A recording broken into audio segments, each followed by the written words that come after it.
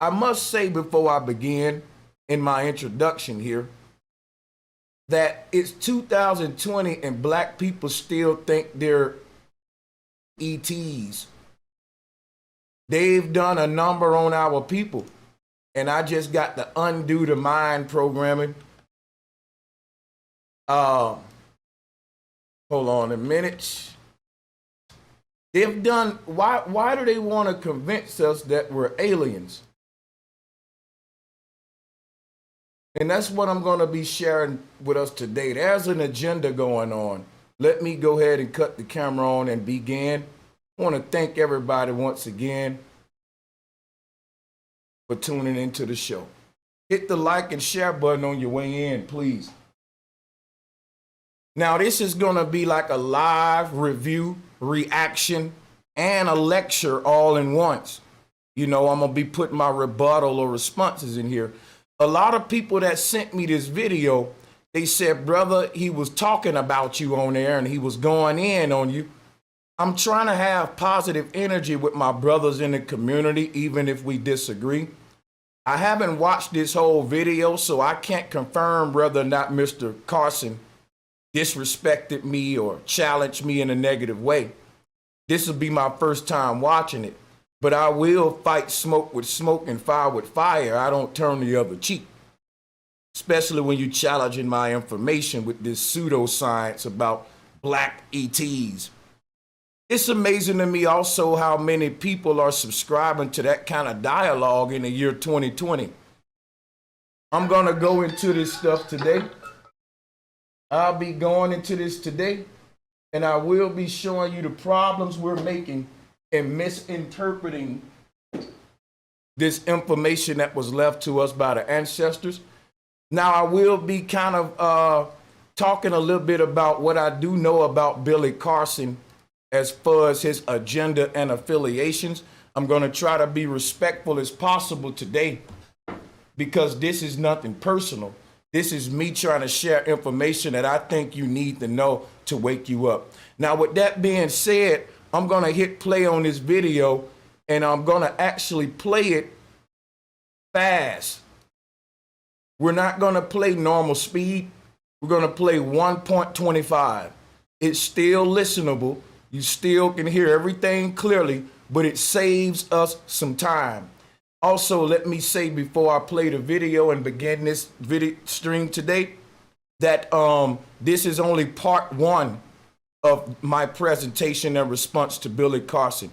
I don't know if I'm going to have 3 parts or 2 parts, but I'm thinking it's going to take somewhere around 2 to 3 parts to fully get into this the way I want to get into it and be thorough as I respond to the brother. So, also on other updates, tomorrow on Sonetta Studios, I will be debating Guerrilla Hebrew on the Bible.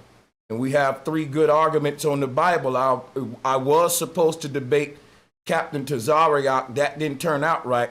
So we did get Guerrilla Hebrew. I hope you guys tune in tomorrow on Sonnetters at 4 o'clock Pacific time.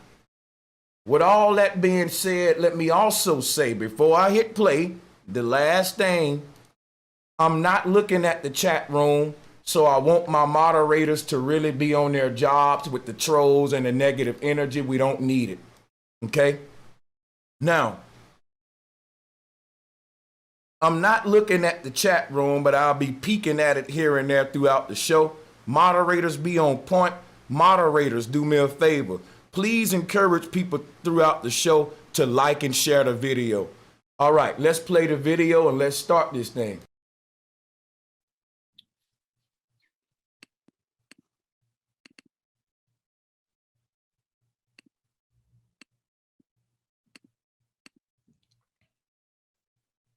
All right, my brother Billy Carson, we should be live right now.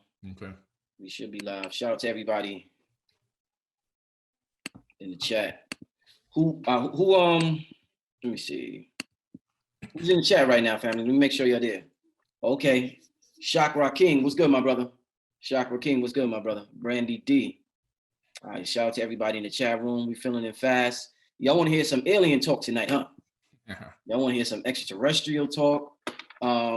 before we're gonna get into the show, we're gonna be on for about an hour tonight, hour and 50. I'm gonna just tell you something, black people.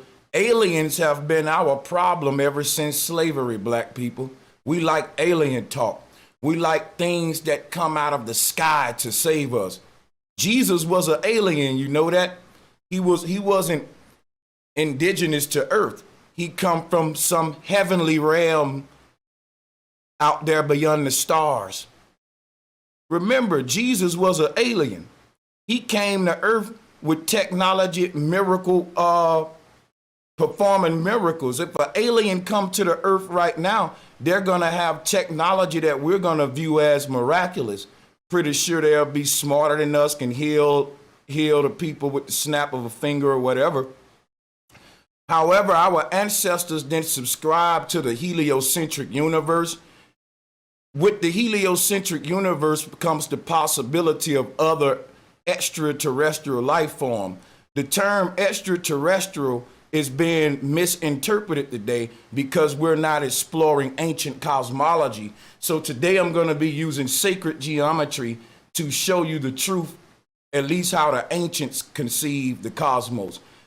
Our problem, though, black people, before I move on, is that we love spookism.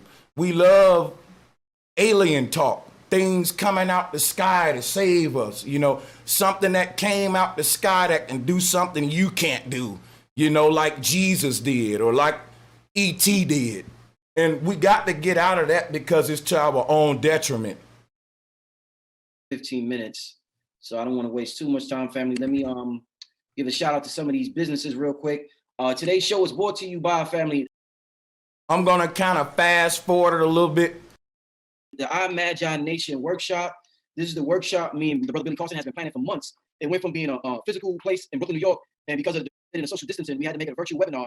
And we developed this online 30-day spiritual group that's going to be taking place right after the conference that everybody who signs up, they will be a part of. But it's going to be absolutely magnificent. I've been talking to Billy Carson behind the scenes. I've been seeing some of the stuff that he's included in the presentation, and it's absolutely mind-blowing, man. I'm absolutely proud to be a part of this. I mean, absolutely proud, man. There's just so much things that especially it's important now, especially with everything going on. It's real important to use your imagination more than ever because what they're trying to do, they're hijacking to be a part of this. I mean, absolutely. All right, so basically he's going over a workshop that him and Billy Carson is doing, and it's called Forbidden Knowledge.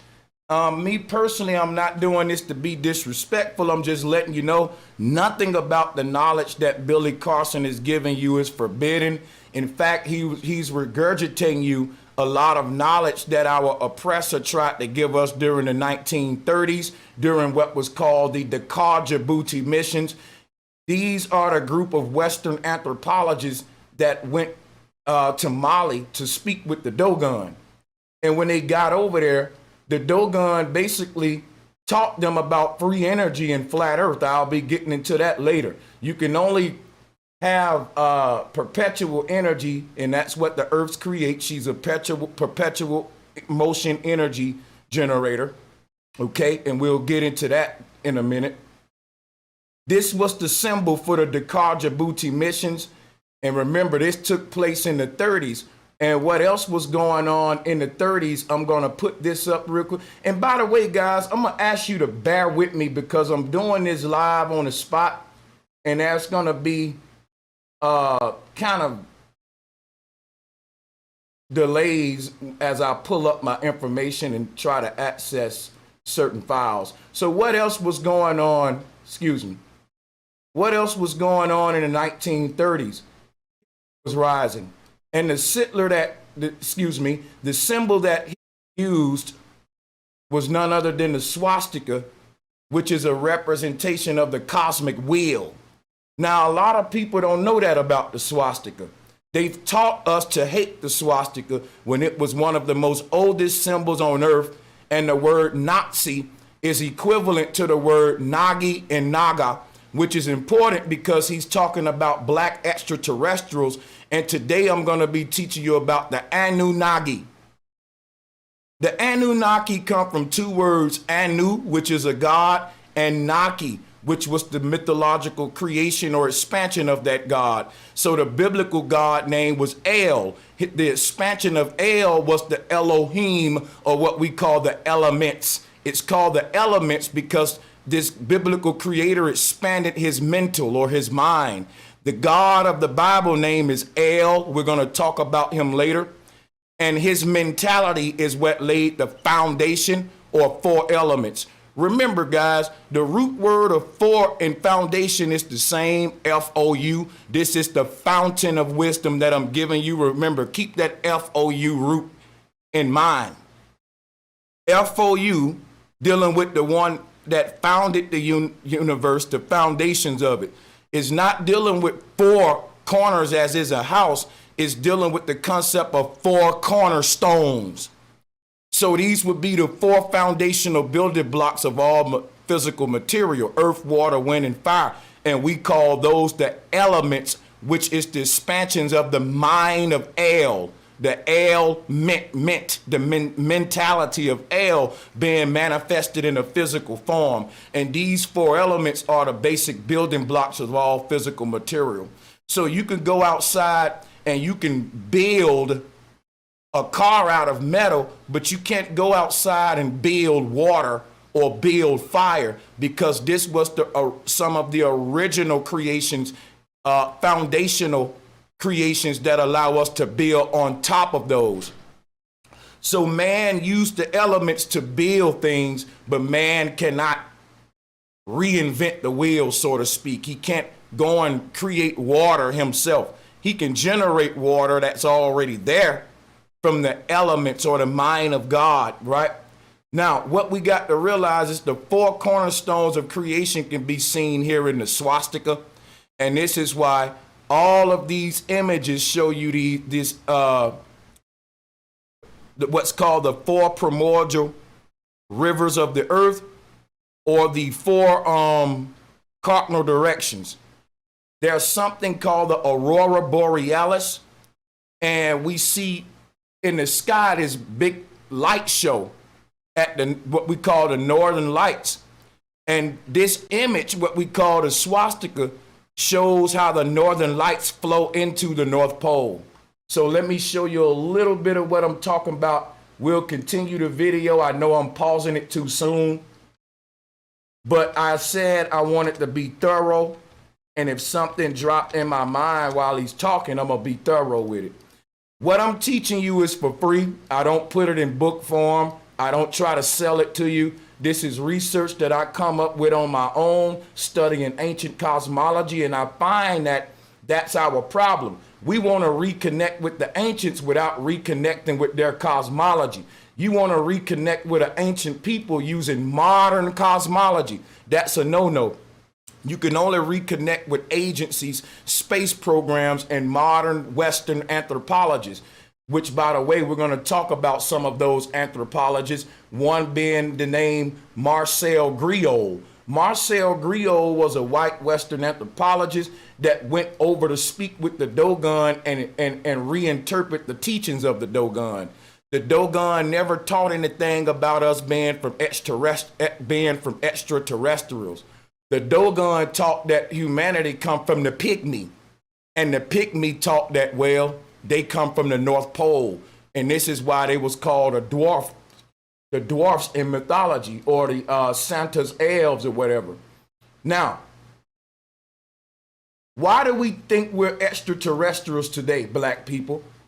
Because there were two white Freemasons, and one of them I think is a Skull and Bones member. I think Scranton is connected with some kind of order. I forgot which secret society he's really in. But their job was to make contact with the Dogon before black people did it. So they can come back and interpret the knowledge of the Dogon to us in a false way to disconnect us from our people. So the Dogon don't have a concept of aliens or UFOs. That's deception and racism. When these people went over and talked to the Dogon, what the Dogon told them was so profound, they would have had to rewrite history books, because they taught us that these people were primitive in thinking. But when they went and spoke with the Dogon, what they found out was the Dogon was already enlightened to Tesla technology and free energy. It was tribes like the Dogon and other tribes from Western Africa that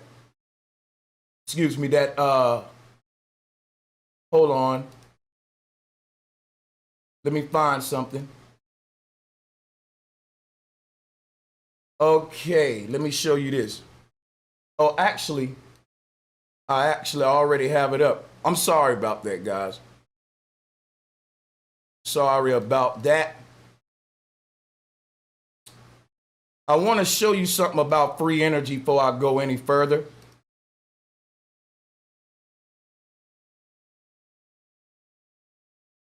You just give me 1 second. Here we go. I'm going to take that away for a second. We'll add this. Now look at here, people. What we're looking at right now is the real secrets of the Ankh. The Ankh is able to harness energy from the ether.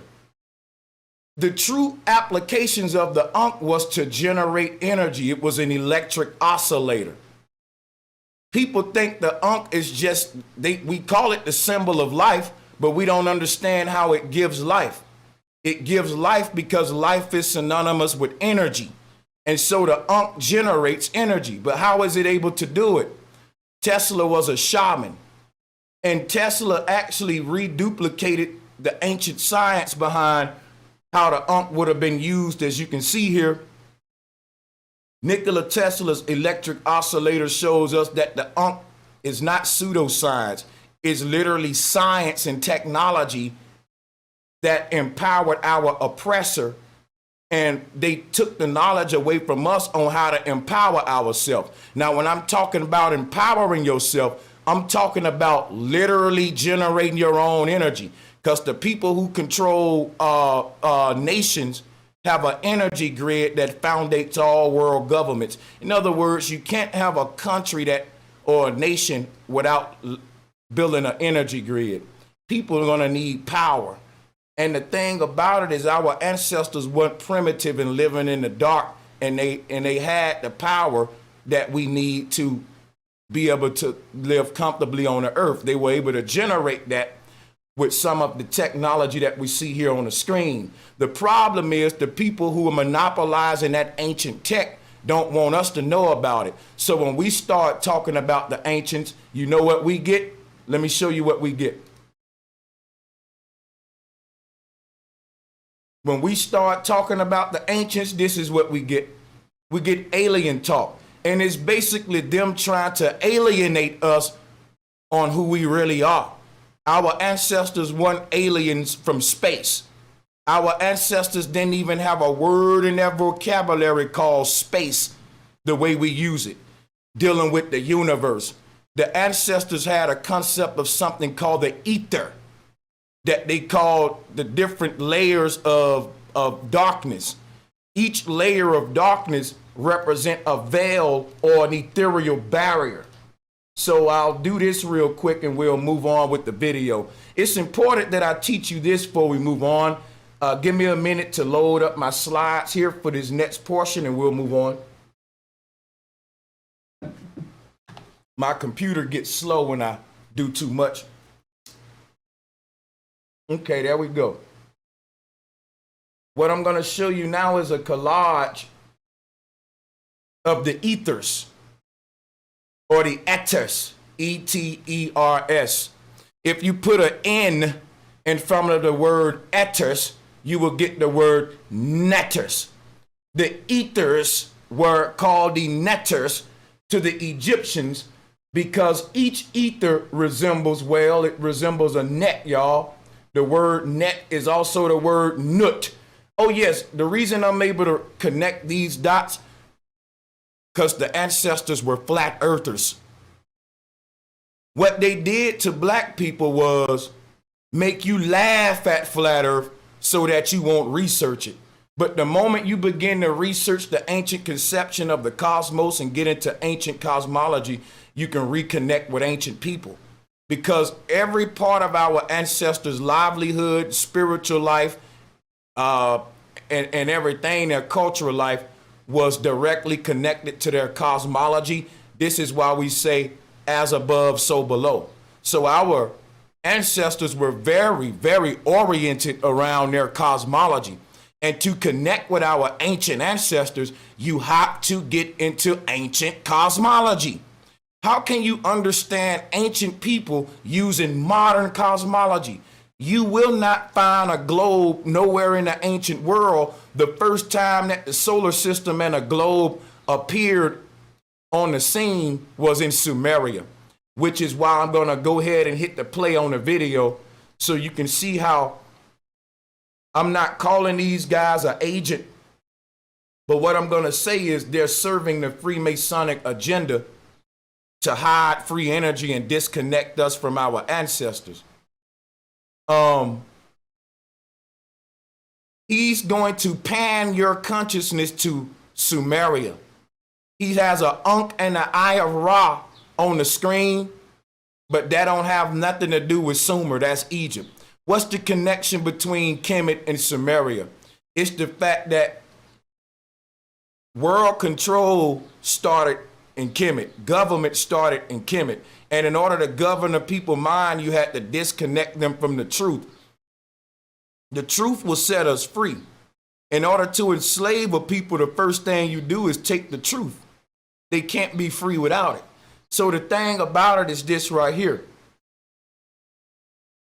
What we're dealing with is the fact that in order, because Freemasonry started in Kemet, your first ideology of space and God worship, or what they call God consciousness, started in Kemet. We've been conditioned to pride ourselves in that. We've been conditioned to say, man, yes, God consciousness started in Egypt. That's nothing to be good about. It's nothing to be happy about when you talk about God consciousness. You don't want credit for that. That's slavery. Our true ancestors never had God consciousness. What they had was self-consciousness. So the concept of God came about when they started creating slaves or governing the minds of people with false ideologies. And a lot of false ideologies that Billy Carson has founded his books and teachings on. And when you got best-selling books on the shelf, you ain't gonna take them down when you find out that you're wrong. But today I'm gonna be exposing why I don't put my information in books and who got the biggest reason to lie to you, me or Billy Carson. He does. First of all, understand that Billy Carson is a Hollywood actor. I'm a teacher. So get this in perspective. He's acting like a teacher. I really am a teacher. I'm not an actor. Let me put that on the table first of all. Another reason why you see these people always going back to Sumer to prove their points is because, like I said, Sumer is the only place where you can find the solar system.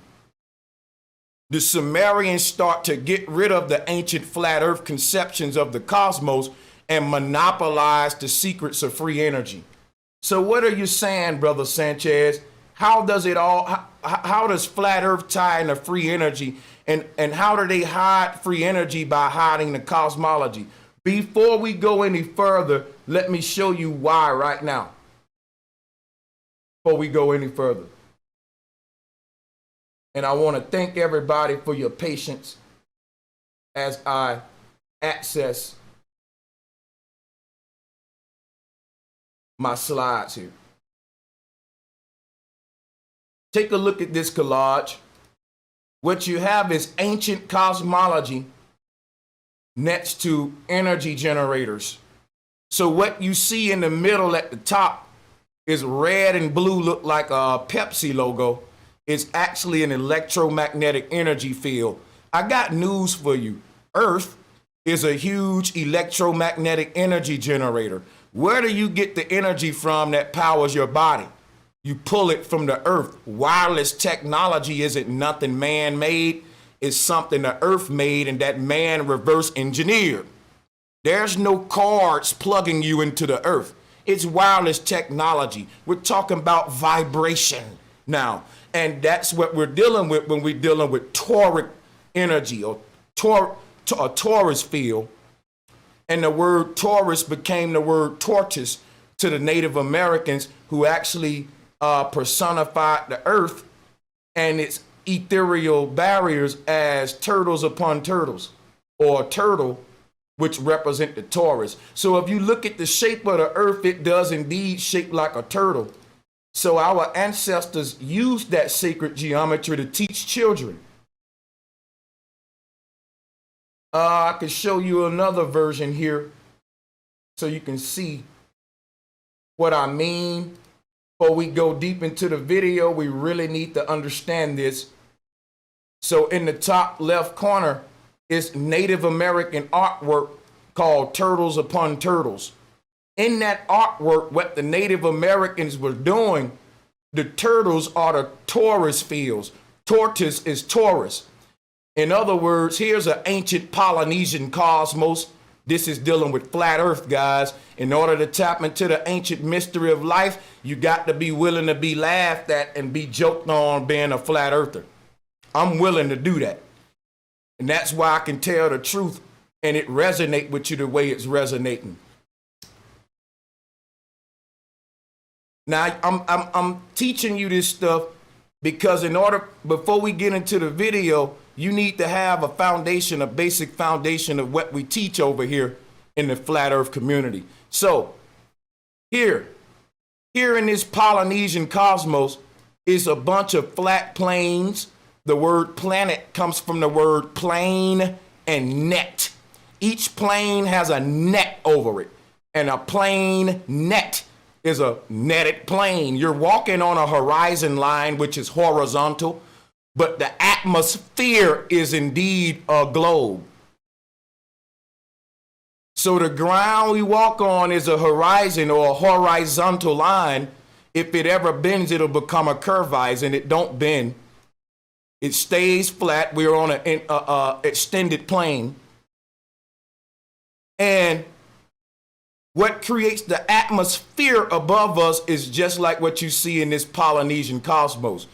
The sky is spherical, the ground is horizontal. Another way you can look at this is back when we go to this collage again. Let me make sure I'm still streaming. Okay, I am still streaming. Okay. All right, so when we go to this collage, we can see that the Taurus field became the tortoise shell. The tortoise shell is the Taurus field. This is etymology and phonetics that I'm using and all of this lays under a practice called syncretism, where you take the sound vibration of the language we use and make it applicable to the symbol that represents the sound. When we do that, we speak to the third eye, and we're not engaging in our learning in a westernized, formatted lecture type style like what we see with the brother Billy Carson. I've created a new way to speak to the soul so that we can understand the mystery of the ancients. What other people pride themselves in doing is regurgitation. And what I'm going to do when I play this video is show you the detriment that all of this does to our people. I don't have time to go through every single thing in this part one, but I will be revisiting the stuff that I'm saying. Now, before we go into his presentation on black extraterrestrials, what we got to realize is this. The sacred geometry of the UFO is based upon flat earth. Our ancestors taught that everyone is loading this conscious reality. In other words, all of us are not in a cosmos per se. The cosmos as we know it is a simulation that you load it into. So just think of a virtual reality. Once you load into the virtual reality, you can join all your other friends. You went to the reality not by going anywhere. You put glasses on your face. They call them virtual reality goggles. That's what your eyes are. The eyes of the body is engaged in a virtual reality that's powered by the soul. So what I'm telling you is this: the body is an avatar for you to partake in this simulation. The soul didn't travel to the earth from space. The soul realized this reality. I'm going to say it again. The soul realized this reality. And once the soul realized this reality, this world became real to the soul. Just like when you fall asleep and wake up in a dream. This world is no longer relevant to you. The dream world becomes your new reality. And if someone tried to stab you when you sleep, you wouldn't try to dodge the knife unless they were trying to stab you in the dream. Think about what I'm saying. When you load your consciousness into the dream world, the only body that you care about is the dream body. So that's why I'm showing you these images. The ancestors said each of these planes of existence, there's a different version of you existing on that plane. You have one consciousness that can occupy any one of these endless avatars that make up you. So what am I telling you? When you're dreaming, you shifted your consciousness in another alternate reality where you actually exist in that reality. And when your consciousness is not using that dream body walks around and moves around that alternate reality on autopilot, sort of like a video game. If I put the controller down, the computer takes over that avatar and uses the video and do it for me. So when you're not using your alternate avatars, they're going on autopilot and they're making every decision you would make. Each of these avatars on each of the ethereal layers, the actions that they take all are chained together, and the actions of one influences this reality, and the actions you take in this reality influences the reality that you're having on alternate planes of existence. We travel to the different ethereal planes of existence in a dream state, according to the ancestors, and this is how we get the UFO deception. We don't travel to the stars to go to other floating chunks of land that's suspended in the dark void. That makes no sense. When you look at the ancient Polynesian conception of the earth, you will understand that when they talk about space travel and astronauts, the first travelers to travel different planes of existence weren't called astronauts. They were called astral travelers. People, they've turned the real science of our reality into pseudoscience, and they got people like Billy Carson, who's I think is a Freemasonic agent, out there to keep us dumbed down and thinking we some damn ETs. ET phone home. Tired of you niggas. Quit thinking you some damn aliens. You're a damn alien because you're alienated to the truth that your ancestors left you.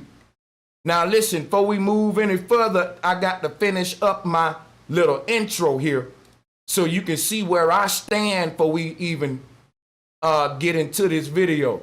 And we're not going to finish the whole video today. What we're going to do is start it, and we'll do it in parts. Now look at here. This is an electromagnetic energy field that's generated by a step pyramid.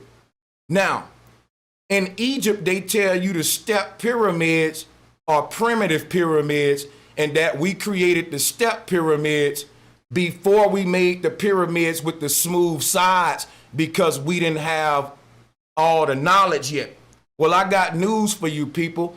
It is harder to make a step pyramid than a smooth pyramid. Let me pull this back up. It's harder to make a step pyramid than a smooth pyramid. And I'm about to teach you why. All of this stuff that I'm saying is important to what we're talking about here.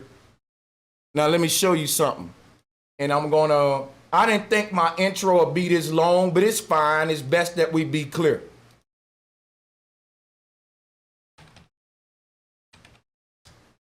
The reason they told you the step pyramid is primitive is for the same reason they told you your ancestors were primitive apes or See, you see what I'm saying?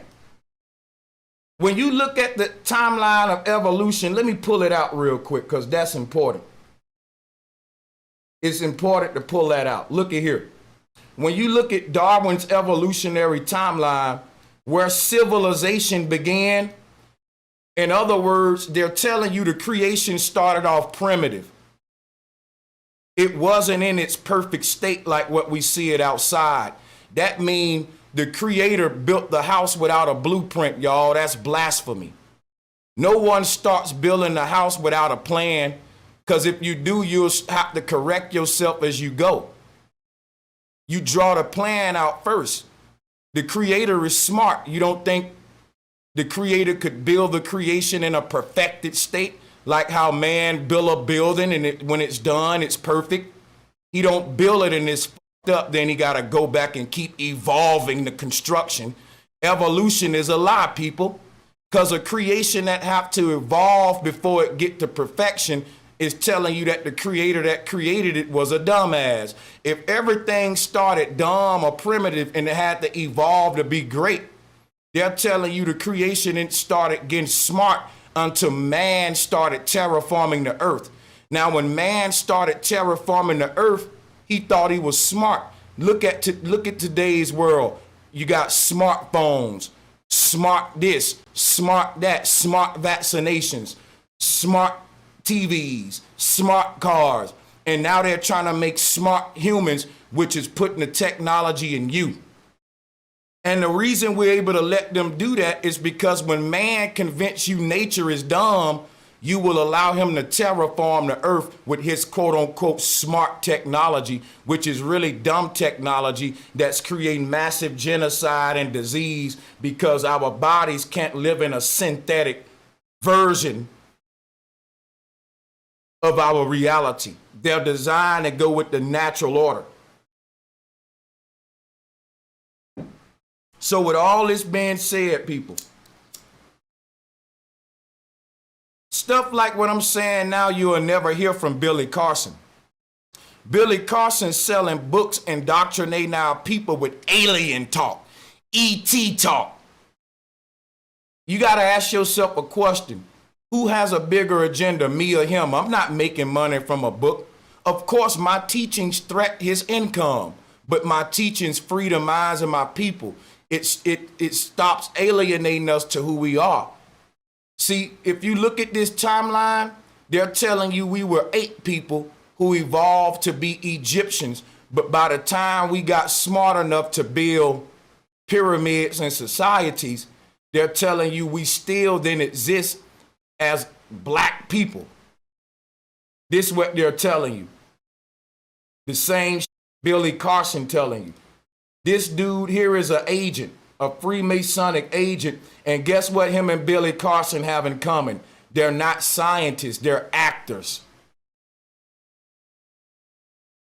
Did you know Neil deGrasse Tyson was an actor?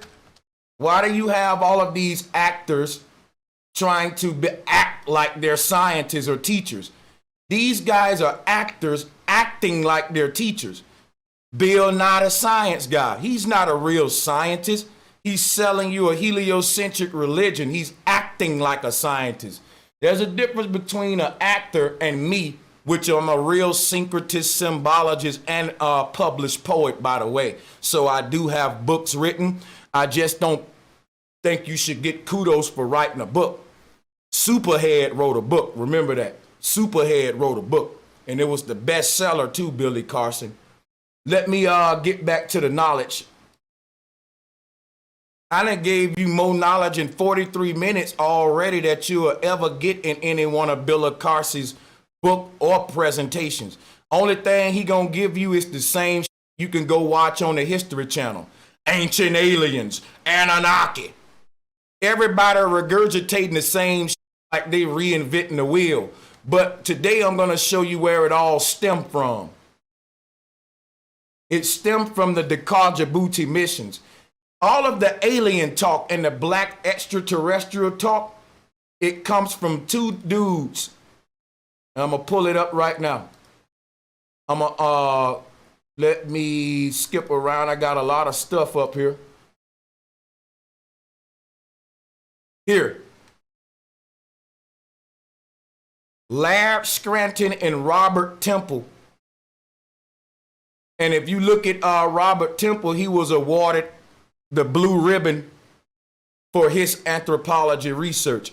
This was spiritual warfare. See, if it wasn't for these guys, black people would have been reconnected with the Dogon to learn our truth. The only people that they allow to go and make contact with these people and come back and create bodies of work to interpret it to black Americans are Masons and, you know, people with agendas. Keep in mind, the book game is just like the media game. It's controlled by Jews. So yes, Billy Carson have a best-selling book, but the reason they allowing him to do that, because he's selling his people the same shit the oppressor selling us, alienating us to who we really are. So they'll let that type of content be prevalent and dominant. This is the main reason I haven't written a book for any of my information, because just like they censor what they don't want out on the media or on YouTube, they also got the bookshelves censored. Some of the most important authors of our time are unheard of. Their books are buried under piles of ancient alien talk. None of this alien talk will empower us, but I will tell you what will empower us. Check this out. Look at this Polynesian cosmos. See, when you look at the Polynesian cosmos and you look at what I'm showing you on the left, what you're looking at is the oppressor reverse engineering ancient flat earth cosmology. In the bottom right corner is the Polynesian conception of the cosmos we live in. They teach that the ancestors move on to other planes above you, and they become your guardian angels looking over your shoulder. Let me share some with you, people. When our ancestors said that your dead watches over the living, they weren't just pulling that out of their ass. They were going by their cosmology. The kindergarten realm is in the middle. It's the most dense world. We're in it now. Your grandmother died and she moved on. Where did she, why do we call it a Passover? She passed over an ethereal barrier. The consciousness that powered your grandmother's body in this realm passed over the boundaries of this realm to create for herself another body, to enter her next avatar in the next world for the next assignment and the next learning experience. Just a side note, Dr. Delbert Blair did die a flat earther, if that means anything to anybody. And let me also say this right here. This is how our ancestors look over our shoulder. And they have guardian angels looking over their shoulder. And your great, great, great, great grandmothers and forefathers are on the outermost ethereal barriers. It's like a school system. When you go to the first grade, your brother go to the second grade. And as you move up, he move up. And you watch over each other. So now it's starting to make sense. And since the earth is a huge step pyramid or electromagnetic energy generator, by studying the shape of the earth, the layout, the cosmology, you can reverse engineer that cosmology to literally make energy machines like what we see on the left. Now, let me show you why this is important for black people. We say, how do we empower ourselves? You empower yourself with science and technology. The only people dealing with science are your oppressor, and they got you dealing with alien talk. How do you reverse engineer this alien talk to cut the lights on in your house? Black man, why do you depend on a white man's energy company and pay him a bill to do something as simple as cut the lights on when they had light bulbs in ancient Egypt? Oh yeah, let me show you something.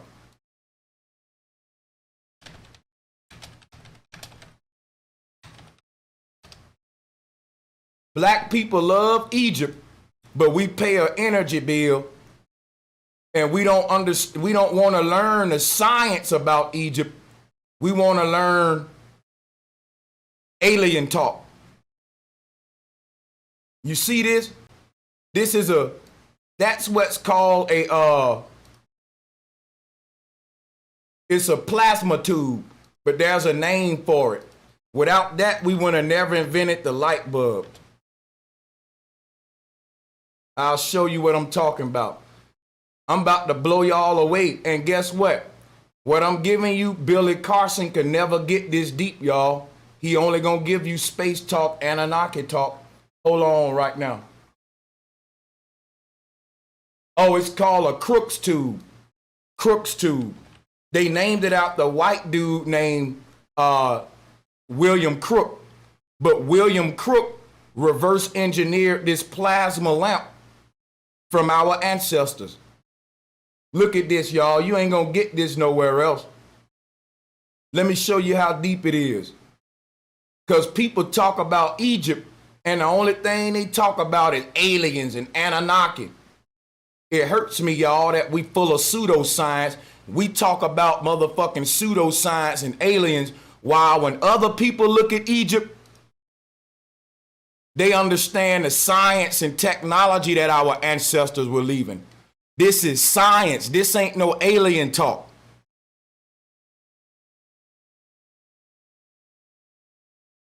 Look at what they're showing you here. This is not no mythology and alien talk.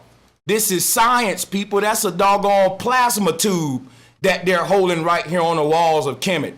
Why don't Billy Carson teach you this? Why don't he teach you this? You know why? This will have black children empowering themselves. This will have black children saying, Mama, I want you to buy me a beaker, some gloves, some copper, because I want to practice some science experiments like my ancestors. That's what our children will be saying. But what Billy Carson I'm giving them, gonna have them saying, Mama, can you buy me a E.T. doll? I want that E.T. doll, Mama. This is why your children are, our children are at the bottom when it come to IQ. We play PlayStations, but Chinese children build PlayStations. And it's because of teachers like Billy Carson that put themselves on a pedestal for doing nothing other than indoctrinating us all over again with some sky daddy.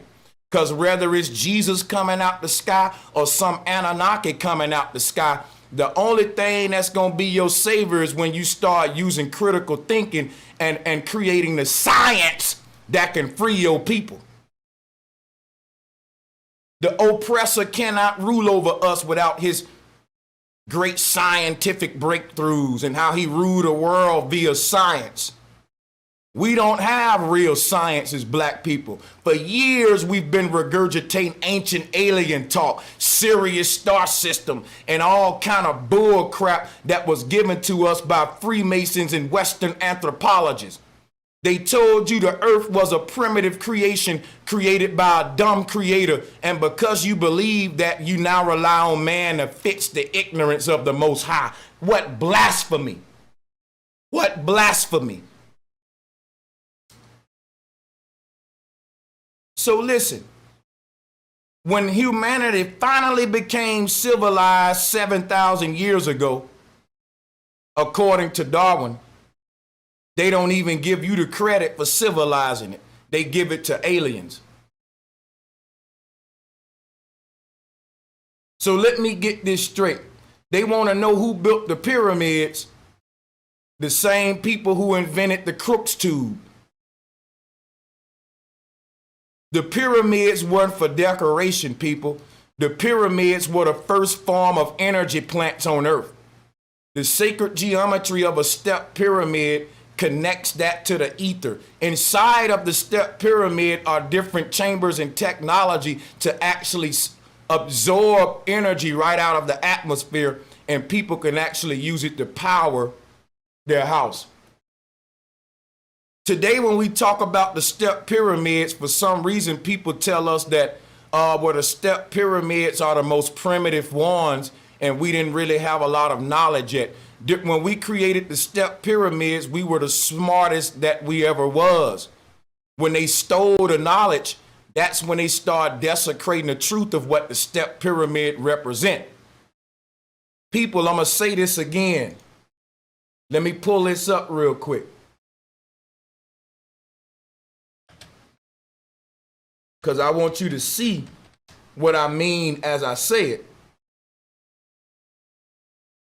I want you to look at this image right here and realize that this pyramid is harder to make than the ones at Giza. The reason it's harder to make than all of the smooth-sided pyramids is because you got to get the increments perfect. Each of these steps have the same amount of measurement in between each one, guys. Do you know how hard that is to do?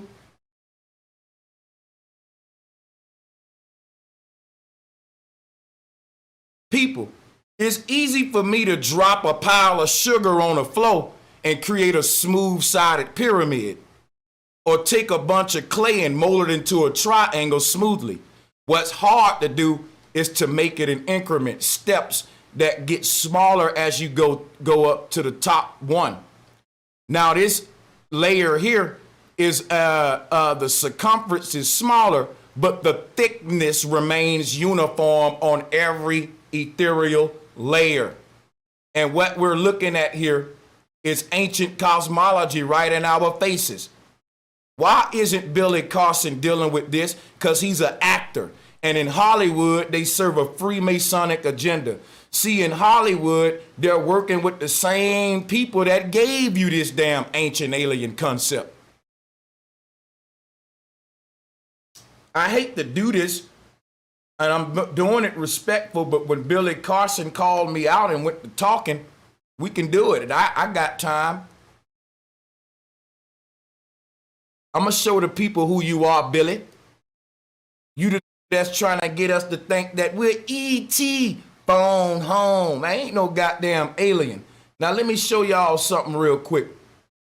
It's harder to build this step pyramid than a smooth one, because for you to get each layer the same amount of thickness, you working with some good damn architects who doing some very tough architecture. Any architect will tell you it's easier for them to build a smooth-sided building with one that with think about it. If I wanted to build a cube, just get me four smooth walls and make a box with them. If I wanted to build a triangle, get me three triangles, stack them, and you get a three-dimensional triangle. That's easy. To create a step pyramid is truly a task, because each step, even though it's decreasing in circumference size as you ascend, you have to maintain the exact amount of thickness on each one. Now, by the time you get to that top one and realize it ain't the same amount of thickness as the bottom one, you got to tear all that shit down and keep rebuilding it. Yo, that's some tedious work. Like, that's some real hard work to build these step pyramids all around the world.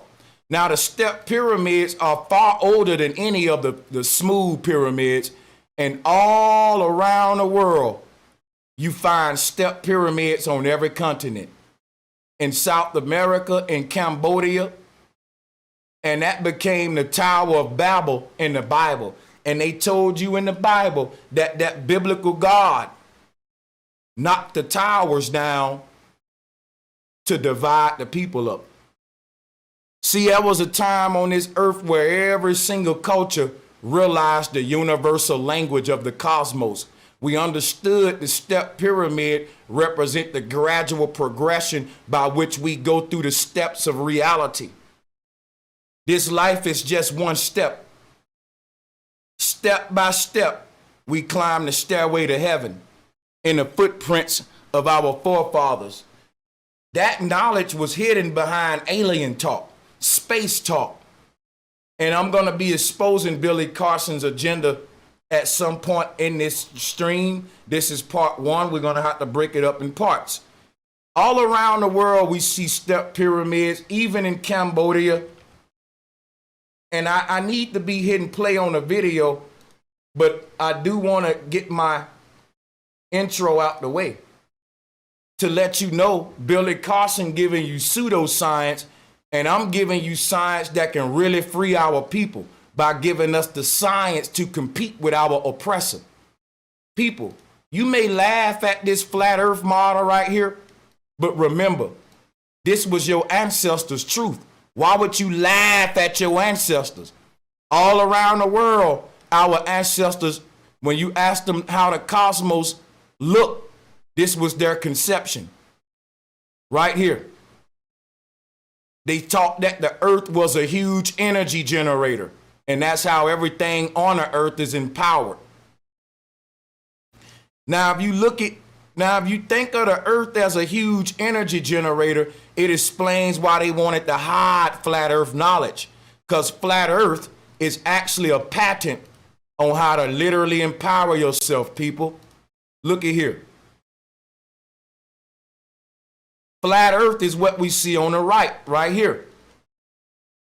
Studying that cosmology will literally empower you, like what we see here on the left. Now, this is some Europeans' patent. Some guy by the name of, what's his name? Robert Griffin, who he didn't invent this. He reverse engineered ancient technology, and he gonna get all the credit today. So what they're doing, they're building step pyramids and reverse engineering how they would have harnessed the energy of the ether, and they're creating subtle energy devices. This is how our ancestors powered the ancient world, people. They didn't run cards all down the street. They telling you our ancestors was primitive. You were born into a primitive world. We have de-evolved. Our ancestors was in a world that's so advanced, it'll be like going back to the future. And that's where that terminology stemmed from. The fact that when we explore the ancient stuff, we realize it's the future technology we still trying to invent. Because we lost this knowledge and we spent the past 7,000 years trying to regain it. Luckily for people like me that you got teachers like me that's able to decipher it the way I'm doing. So here you can see flat earth cosmology represents free energy that they're using here on the left. They're reverse engineering ancient cosmology to empower themselves. At first, our ancients reverse engineered the cosmology of the earth to empower their villages and children. You buy your power today because you laugh at flat earth. You laugh at your ancients' cosmology. So because you laugh, remember the jokes is on you. One of your most expensive bills is that damn power bill, especially in the summer.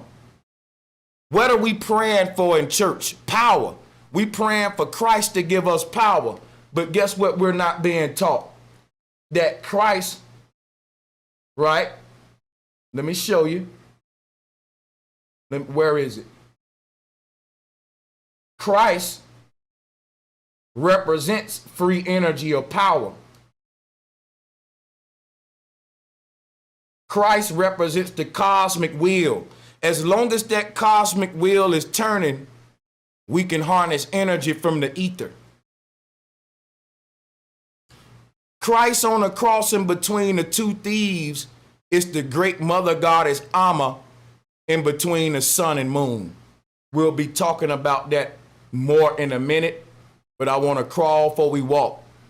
Jesus represents flat earth cosmology. Above Jesus is the Dogon womb of all worlds, where they turned into the four elements of the god El.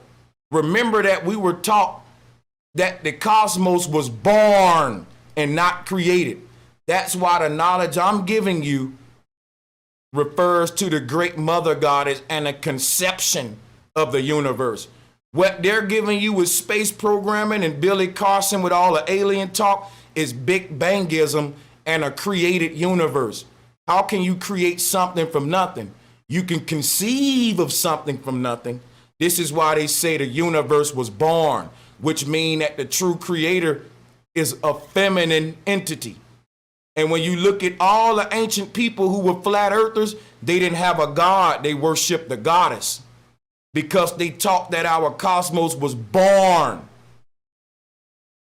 So we can deal deeper with that later. The singing group Earth, Wind, and Fire were flat earthers. Many people don't know that. They couldn't come out publicly with it. But Earth, Wind, and Fire are the elements. When you look at what they showing you in their album artwork, it's the same thing the Polynesians was teaching. It's the same thing the Dogon teaching in the top left corner about the 4 elements being conceived from the great womb of the mother. Those are the 4 cornerstones of creation that the Bible called the elements, coming from the god El, which is really the physical elements being birthed from the goddess in the Dogon womb of all worlds. But when they went from matriarch to patriarch and hid all of the truth, we went into God consciousness. That's why I keep showing you this.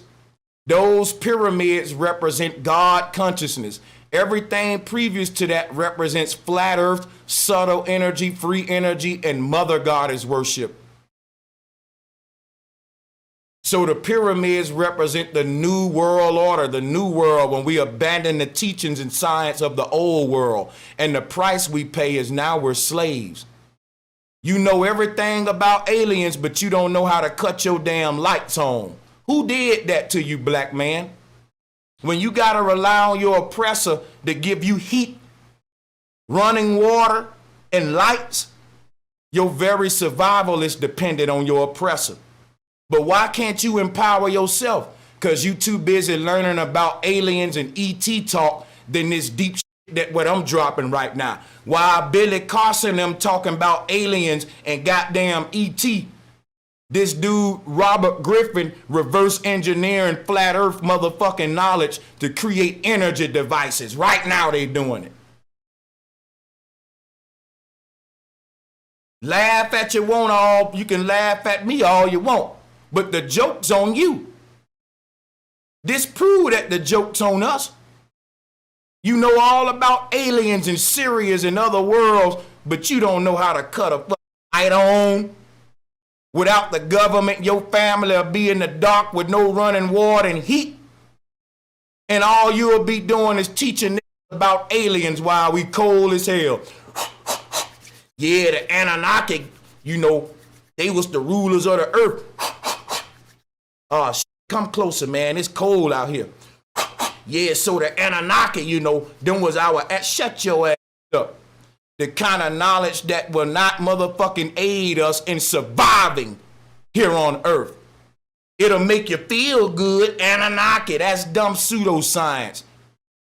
You want to empower yourself, get in the flat earth. Get in the ancient cosmology. Dare to be laughed at.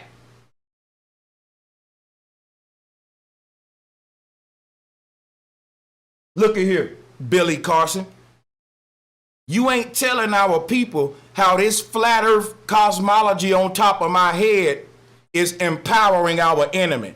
Why they got us laughing at the flat earth. You know when they came out attacking flat earth that we was telling the truth then. Because if you doing something that ain't a threat, they don't give a fuck about you.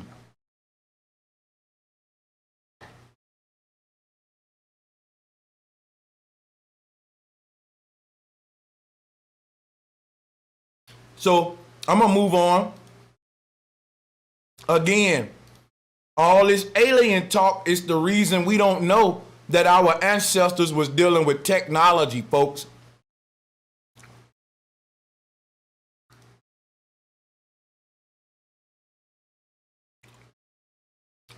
The true concept of the UFO comes from the conception of the ancient cosmos. In the top left corner, that's the Hebrew cosmos.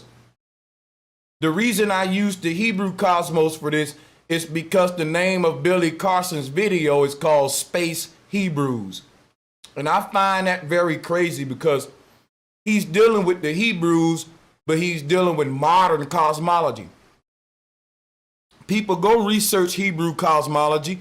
You'll realize that the Hebrews were flat earthers. They didn't have no damn solar system. How can you teach about the Hebrews with a solar system? Because you're agent and you're trying to convince the world that our ancestors was always indoctrinated.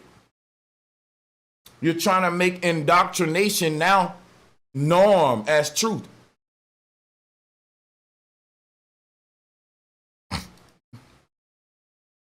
Now we're about to hit the video, but give me a minute. See, this image says a lot. In the top right, you got the flat earth. In the top left, you got the flat earth. In the middle of them is the UFO ship. See, when you look at what I'm showing you, it's the Ankh. This is how we get the dang on Ankh. This is the Ankh, people. It's the flat earth. What that in the bottom left corner is the Tesla Tower. Tesla was a flat earther who was into shamanism. That's why he was able to do the things he was able to do and nobody else wasn't, because people will laugh at flat earth knowledge. People during Tesla time was still becoming familiar with electricity and the knowledge of the ether. People were still questioning whether or not the ether exists or not. And Tesla was saying if the ether didn't exist, we couldn't pass radio waves through it. Radio waves got to be passed through a medium. If I send my vibration through a cup of water, you're going to see the waves pass through the water. When you go to the ocean, what you're witnessing is the vibration of the earth creating the waves that's passing through the water. All of the oceans of the earth are connected to the North Pole. And the North Pole is reciprocating. It's inhaling and exhaling. That blue pole right there. And that's what's making your oceans act like that. When you go to the beach and you see the water coming in and out, it's because the barrier of our world is pushing all the water to that center pole. And when it gets to that center pole, the vibration of that is pushing it back out again. It's playing ping pong, and we see that when we go to the beach. You know why what I'm saying makes sense and why the globe don't make sense? I'm finna show you why real quick, and we gonna get to the video. We ain't in a hurry to get to the video.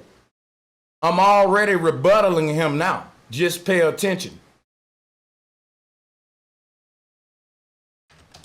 See, you notice that they tell you the ocean tides are caused by the moon, right? But if you look at this, if that was true, you got to ask yourself, why don't the moon cause tides in your swimming pool? Why don't the moons cause the tides for these lakes? Lakes don't move like the ocean. The moon should be giving them tides too. Why are the oceans the only thing moving? Because if you look at this image, all of the water that we call ocean water it actually connects to the great deep. It's connected to the North Pole. See? The barrier that creates a boundary for our reality is a vibrational barrier. Vibration can act like a physical barrier that can be non-penetratable. All of the water in our ocean is bumping up against this barrier. And just like a wave pool, when the water hit the back of the wall, they vibrate the wall to create the waves in the wave pool. Our oceans is the same way. This wall right here is vibrating. So when the ocean water hits it, it creates waves that are pushed back to the center of the earth. So from here to here. But since there's an ethereal pole that splits through all of our physical reality, there's a vibrational barrier, a pole in the middle of the earth.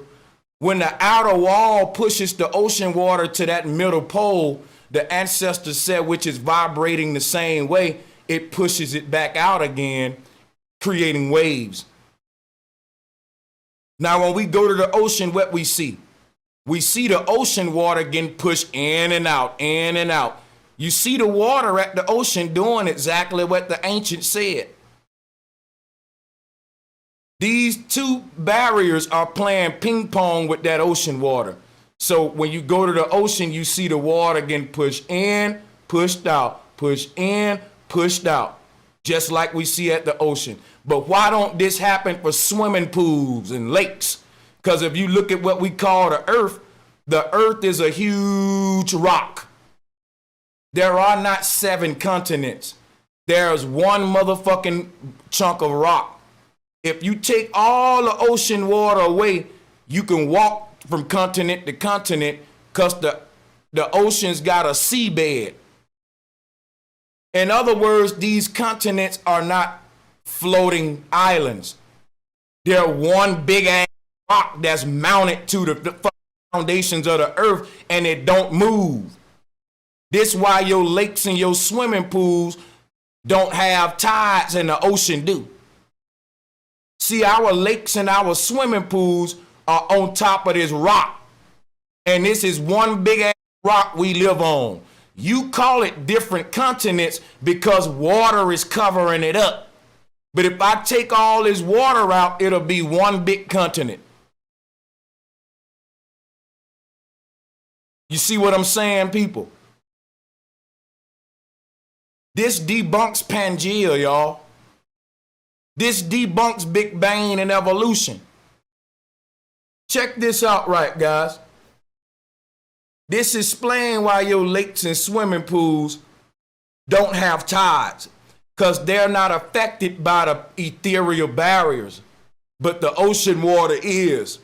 Your lakes and swimming pools are mounted to this earth rock, which is immovable. So it ain't gonna have tide, but the ocean water, it ain't mounted. So it's being stirred up by these barriers I spoke of. Beautiful cosmology. You can disagree with it, but what you can't disagree with is that I'm not making this up. I'm just teaching you the ancient cosmology. I'm an ancient cosmologist. I teach ancient cosmology. I feel like I'm the best ancient cosmology teacher in the world. I study it. I don't mind being laughed at for being called a flat earth, because at the end of the day, I just want to reconnect with my ancient ancestors. If the price for me to reconnect with my ancestors and to start to see reality the way they see it is me getting laughed at, then bring your laughter. At the end of the day, the joke's on you.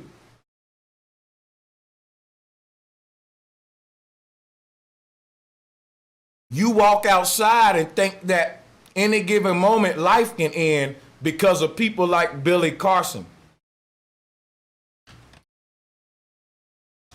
You know why you think it? Because you believe in space. You believe in cataclysms, meteors, and just a bunch of mistakes like the Big Bang. Look at here. They're giving you a universe that happened by a happenstance, a mishap, a mistake. What you got to realize, they're giving you chaos theory. The theory that we can get order. Look outside, man. Go look outside. Look how much in order the creator got this shit. Night and day, sun and moon, keep going around their circuit, just like the ancestors said, giving us night and day. Nothing is guessed about. Everything is intricate. Our reality is so intricate. If you get rid of one thing, it'll destroy everything else because everything is so intricately connected. If you get rid of all the ants on the earth, we'll all go extinct. If you get rid of all the bees on the earth, we'll all go extinct. If you get rid of all just the roses on the earth, we'll all go extinct because the bees won't have the roses to get food, so the bees will go extinct. Everything needs everything. This shows you an intricately designed creation. For example, like my computer right here. Everything needs everything.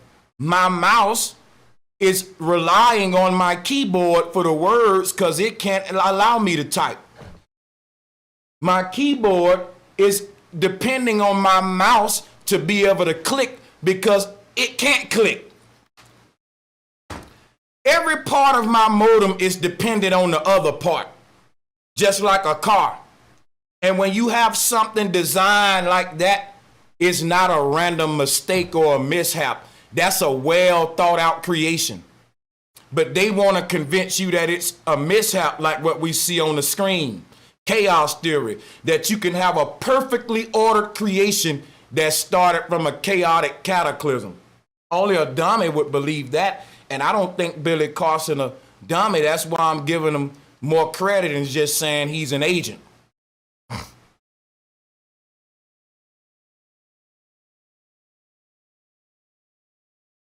Now, what I'm going to do, because I didn't know my intro was going to take so long, I'm going to go ahead and hit play, even though I'm not really done.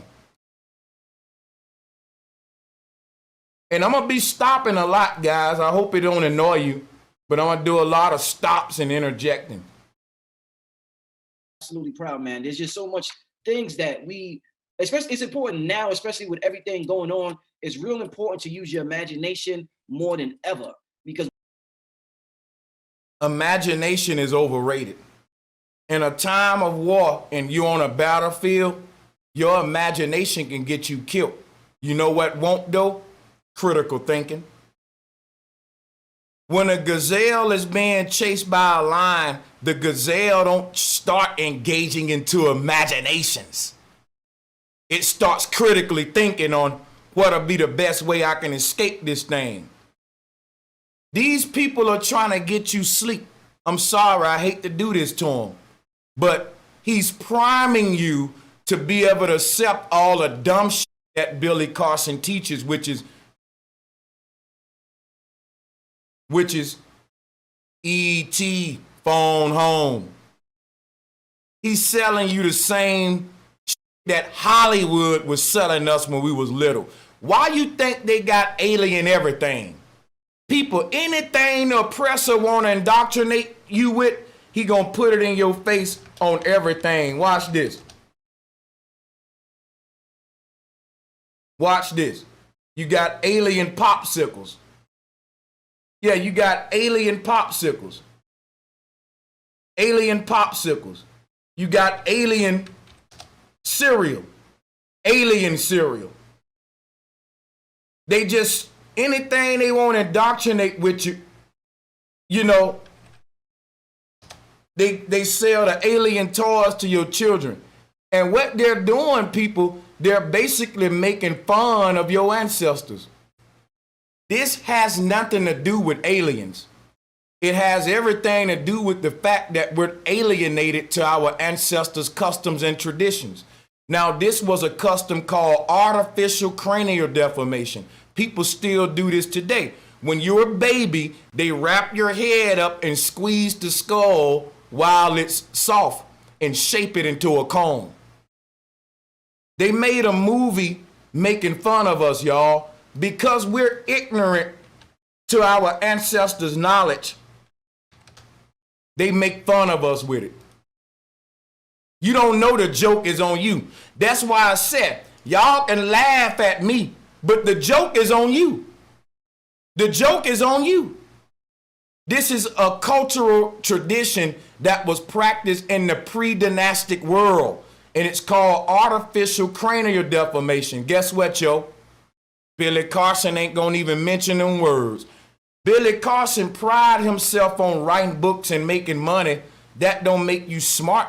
That don't mean you know what the you're talking about. You know how many books is written out there that dummies wrote? We don't care what places you travel to either, because retarded people go to Egypt all the time and they don't come back not retarded anymore.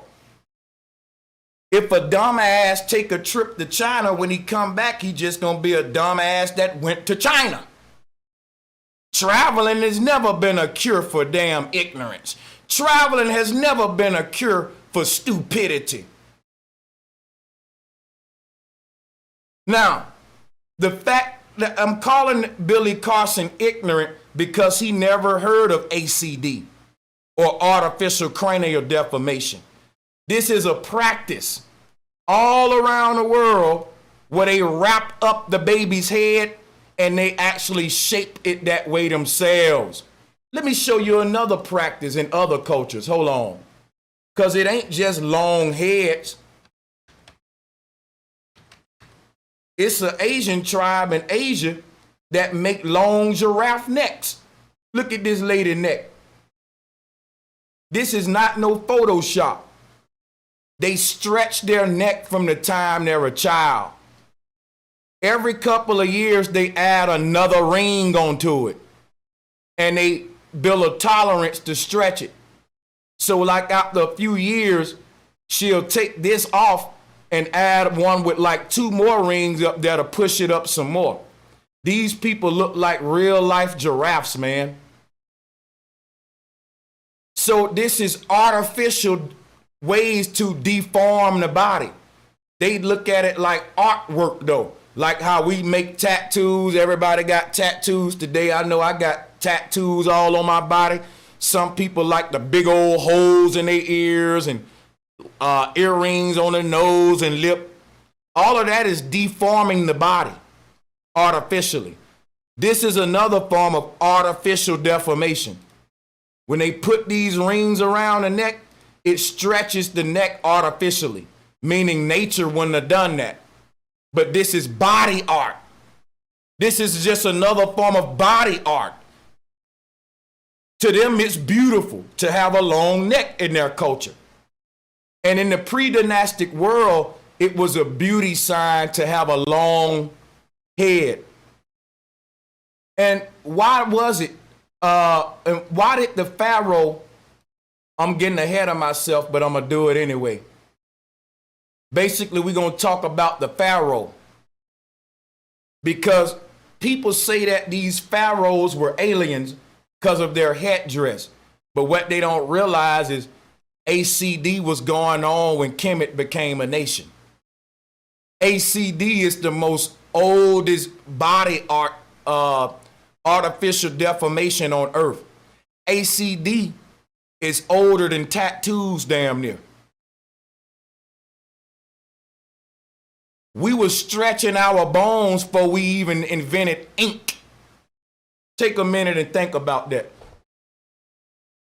We were stretching different body parts like the neck and the head before we even invented ink to even make tattoos. We're talking about the oldest forms of body art or artificial body deformation on earth. So when we were leaving the old world, coming into the new world, like this timeline show, some of the practices of beauty bled into the new world. So a lot of people in power in Egypt were still practicing artificial cranial deformation. But since they had hid all of the pre-dynastic knowledge, when Egypt became a power, they started dumbing people down, creating peasants. Only people with the true knowledge were the pharaohs, which is why they were the only ones still practicing that ancient pre-dynastic art of cranial deformation. Take a minute to sink that in. Regular people in Egyptian society didn't have elongated skulls. They dumbed the world down, and the knowledge and the artwork of elongating the skull, free energy, and all the flat earth stuff, they got rid of that. This was the first form of God worship now. So during this time, you had the first heliocentric concept, meaning a concept centered around hell and order out of chaos under the pharaohs. You still had flat earth, but you now had something called space. They had created space in Egypt, the concept of space, and they got rid of the talk about the ethereal barriers. And the pharaohs started harnessing the knowledge of the ether to charge the peasants and tax them to buy energy. So what happened in Egypt was the first time the world started actually paying an electric bill. So when you see the pharaoh with the ankh, remember, hold on. Hold on.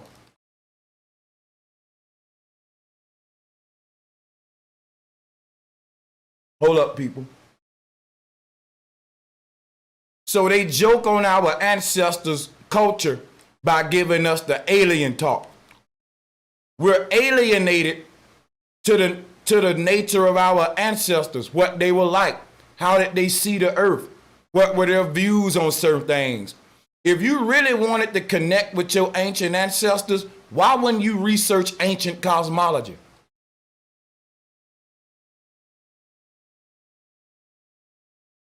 Makes sense to me.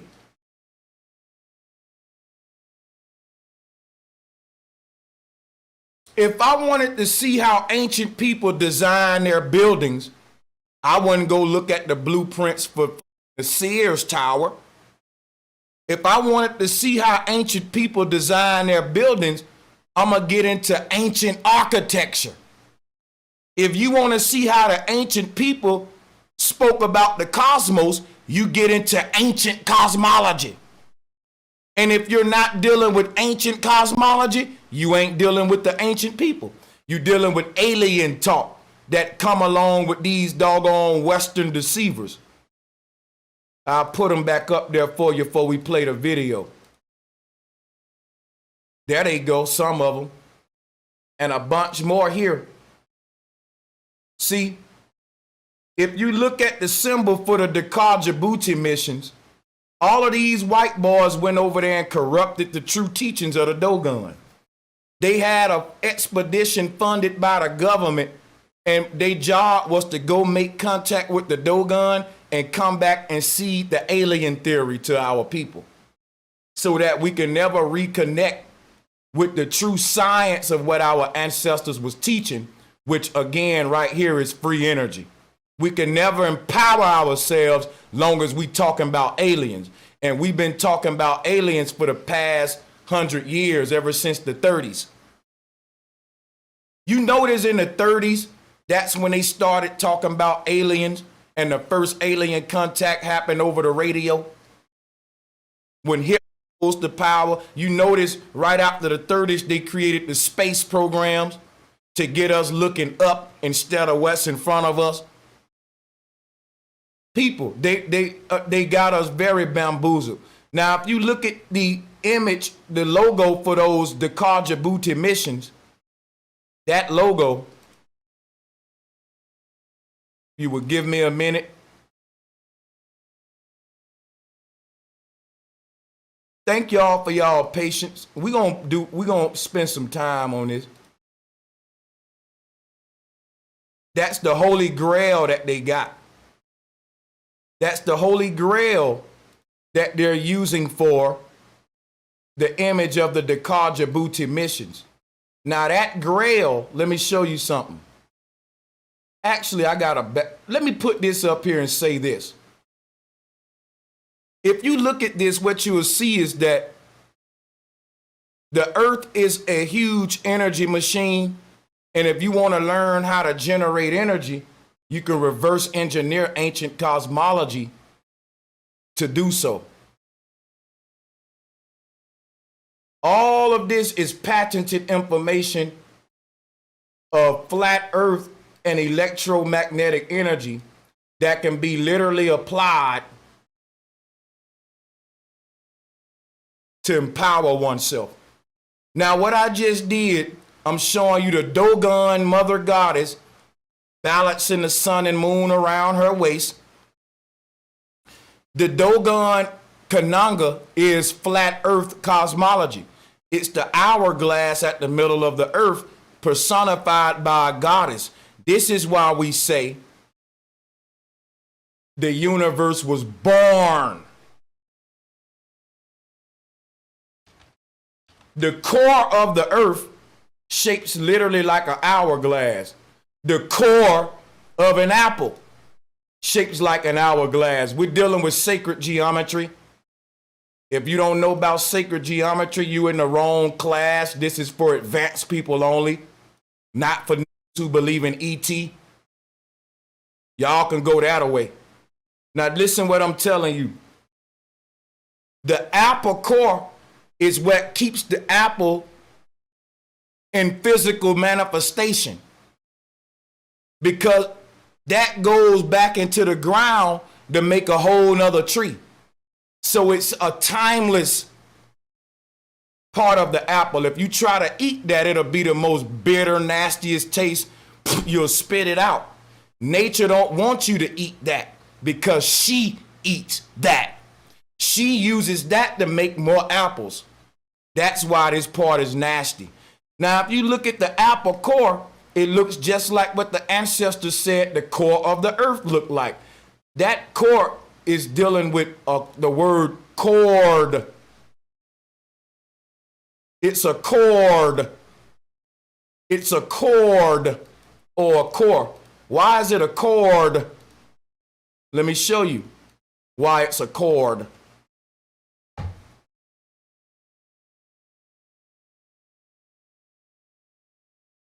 Excuse me, got so many slides going.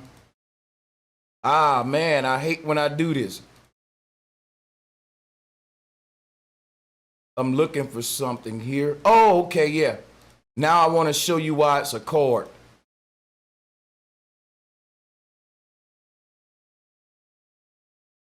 Now we can look at this thing big again. Look at the red and blue image. You see how the red and blue centers the core of those spears. The both of them amount to an hourglass shape that I keep showing you. That's the Dogon Kanunga. All right. The core of our earth is just like the core of an apple, with an opening at the top and the bottom.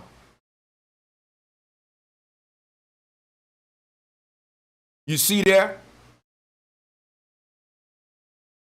We don't have a North Pole and South Pole. We only have one pole. All compasses point north. Think of it this way. If I give you one straw, it has two exits. It has two ends to the one straw, but it's still one pole. In global indoctrination, they teach you that we got two poles, which is stupid because no one had a compass to ever point magnetic south when they go below the equator. All of the compasses point inward to the center of the earth. Just like all of the fruit around the apple points inward to the core that created it in the first place. The seed of creation is located in the core, and earth is a fruit that is grown, and the seed that grew it is literally in the middle, just like the ancestors showing, as above, so below. So we're worms inside of an apple. Earth is that apple. It's a bitten apple, and they talk about this in the book of Adam and Eve. The bitten apple, or the forbidden fruit, is called the forbidden fruit because it's for those who bit into the fruits of wisdom. The word forbidden is dealing with why this apple exposes the core. You got to bite it first in order to study it. In order to get to the seed, you got to eat the fruit. So in order to gain the knowledge, they had to eat the fruit in the Garden of Eden or eating. The reason they're dealing with eating or eating is because the whole concept that we're talking about with Anunnaki and aliens or reptilian advanced races had nothing to do that they were snake people, but it had everything to do that their zoo type was the serpent, which represents the sine wave, which is free energy. So the number 8 is for eternity, infinity. Here is the ancient symbol of the Ouroboros snake that our ancestors left us to study. And they said, they call this the ether, the snakes that bite his tail. And this was called forbidding knowledge because it's dealing with biting. The ether is the aider. The word 8 is the past tense of eat.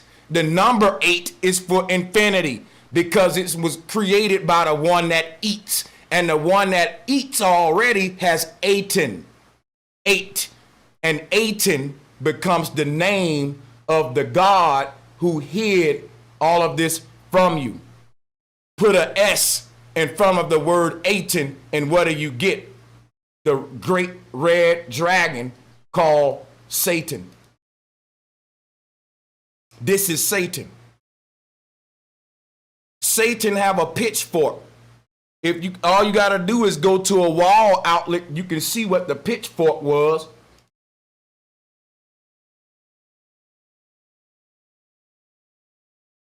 We're dealing with science.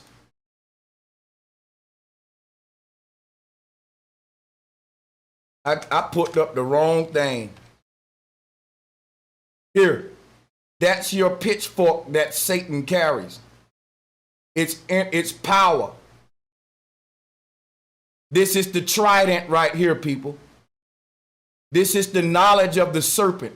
The people who understood how to harness the knowledge of the ether were called serpent people or Naki. Today we call them electricians. That was their zoo type, Billy Carson. They weren't literally snake people, dude. Trying to wake y'all Negroes up. Whoever understands the mystery of this serpent should be able to go outside and build an energy generator and power their house. We would call them an electrician.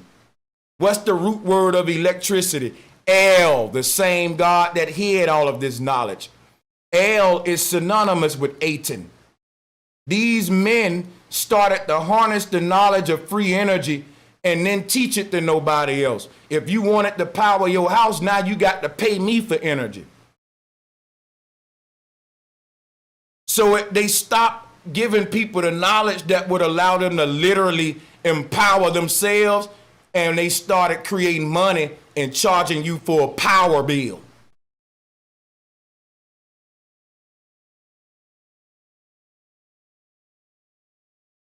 People, this dude wasn't an alien.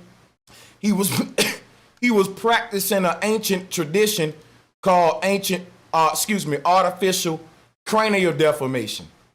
This knowledge predates the pharaohs, y'all. This goes back into the pre-dynastic world where we was worshiping the goddesses. And it wasn't exclusive to blacks. People do this all over the world and all cultures, just so you know. You can put in any culture name next to artificial cranial modification and you'll see it. Everyone was doing it. It was like how everybody get tattoos, black people, white people, everybody get piercings. Back in this day, everybody stretched their skull and some people scratched their necks. So the symbol of the people who rule the world with this knowledge became hidden behind alien talk. Today they giving you all of these images to try to say our ancestors were aliens, but the truth is that we're aliens to who our ancestors really were. Our ancestors were regular humans like us who was practicing a form of our culture that we don't practice no more. So when you want to go study us when we were at our greatness, it was during a time where people was stretching their skulls. When we was building subtle energy devices, and reverse engineering the cosmology of the earth to free energy technology, it was also a fashion trend for us to have long skulls. This is why we say technology comes from aliens. This is why we say technology comes from aliens. There wasn't no genetic modifications going on the earth to make different levels of humans. There's no such thing as advanced race. What happened was we used to have more knowledge than what we got today. And you are what you know.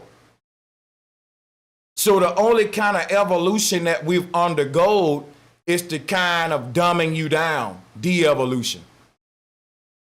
Alienating you to the truth of your ancestry and the knowledge that will really empower your people. And they're doing it by feeding you alien talk. And no one is talking about artificial cranial deformation. They want to sell you alien talk. Because all the aliens they give you are different kind of formations we would alter our skull with. So this one here don't have a cone head, but that's another form of deformation we would do. You can deform the skull to shape any way you want, but you got to do it when you're young. You got to start shaping it young. Our bone grow just like plant. And I was a landscaper, and we used to have to, in the South, the white people let the vines grow on their house, and you have to train the plant how to grow. You got to make it grow around the window so it don't blot out the window. Let me see if I can. Anything that can grow can be trained how to grow. So in the South, you got these houses like this. You may say, Brother Sanchez, they cut the grass from around the windows. If you cut that grass and just put holes in the vine like that, it'll turn brown and it'll all die. Just like if you cut a plant at the stem. So the only way you can make those vines not cover the windows is to train the vines to grow around it. That was a beautiful thing I learned as a landscaper. And that's when I learned plants were really indeed sentient creatures that can be taught how to grow just like a child.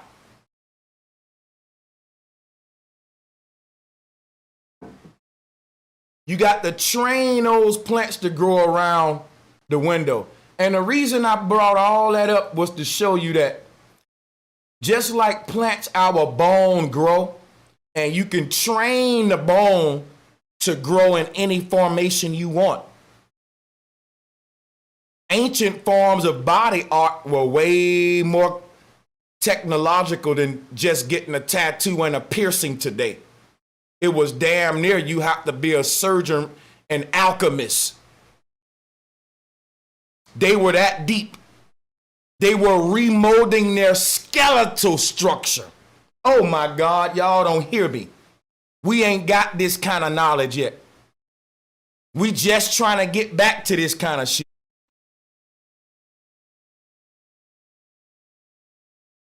So the ancestors understood the secrets of creation. I'm going to hit play at this point. I don't want to interject for too long, but it's okay. Now, what you see, the image that they use to represent the Djibouti missions, is the same thing I'm teaching you here about the apple core. If you look at this Holy Grail, you'll see that the core is the Holy Grail. Now, that's something called a hyperboloid.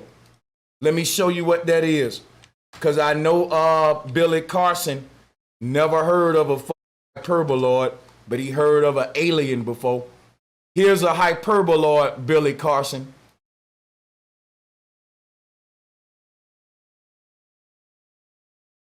See, niggas like Billy Carson want to sell you books and lectures and you gonna spend your money to go and get indoctrinated to listen to a nigga tell you that you're ET and I'm giving you all this knowledge for free. I ain't putting this in no book for sale. We need to know this. It's urgent. This is a hyperboloid, guys. And later we'll learn more about what exactly its significance. This is the Dogon Kanunga. The Dogon was doing a stick version of a hyperboloid. I'll show you what I'm talking about real quick.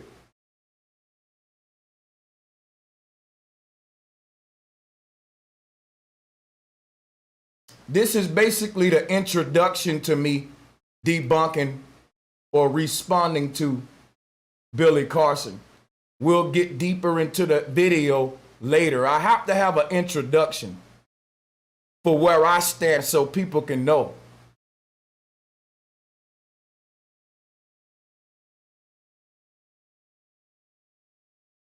All right, I'm accessing the next slide. If you will bear with me, that'll be great.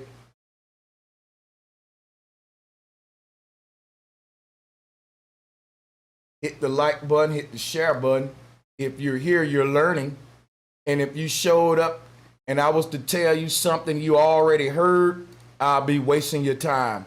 So please don't let your cognitive dissonance make you reject what I'm saying without researching it. We tend to do that when people say something we ain't heard before. But when someone tell you something you haven't heard before, you should thank them. Because if I showed up today to spend hours of your time just to tell you the same we repeat all the time about aliens and Anunnaki, I failed you. I wasted your time. I didn't give you nothing to challenge the norm or status quo. I'm just regurgitating. And this is why I'm going to tell you, black people, the only people that like to keep hearing the same shit we always heard so we can respond and say the same shit we already said before. We like to hear shit we already heard before to say shit we already said before. And because of that, we just gonna keep doing shit we already done before. Running in circles.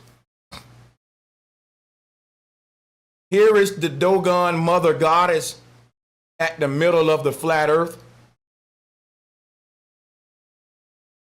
And what they were telling you was the same thing the Mayan was telling you.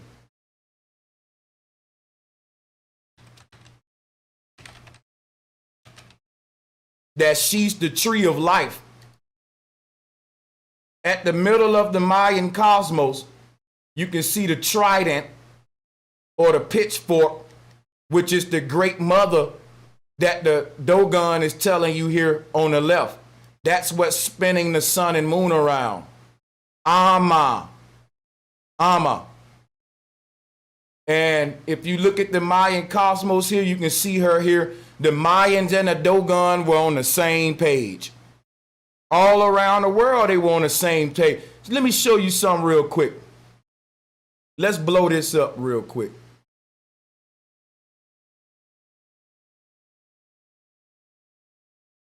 Briefly, I'm going to just blow it up. I'm going to blow it up. But then what I'll do, I'll shrink it back when I'm done.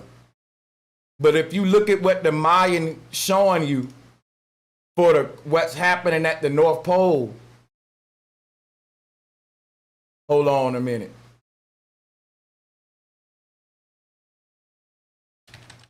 It's a plug in the wall, people.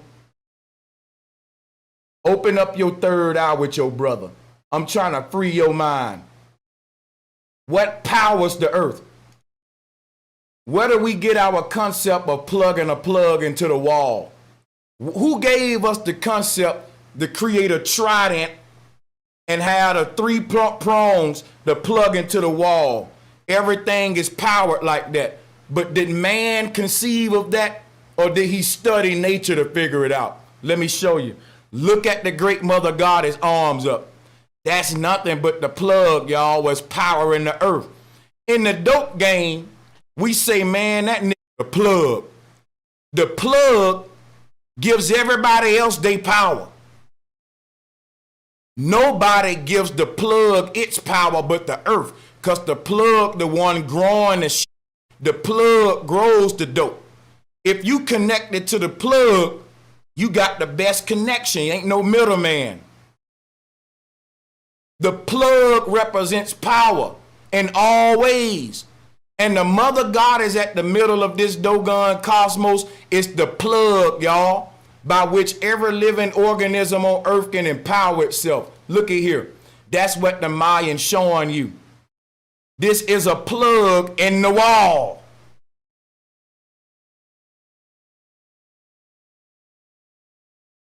People, this black cube is nothing but a wall jack.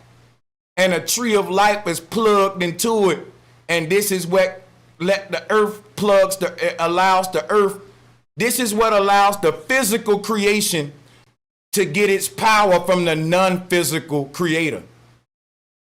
In other words, if you go to the North Pole and break this bond, everything in the physical creation will stop moving. Your heart will stop beating. Snails will stop crawling. Fish will stop swimming. We live in an electromagnetic universe. Everything is powered by electricity. When electricity that your soul is feeding your physical body stop, your body gonna drop dead like a TV without power. It's all electric. And when the electric energy leaves your body, it's dead. The earth is a body.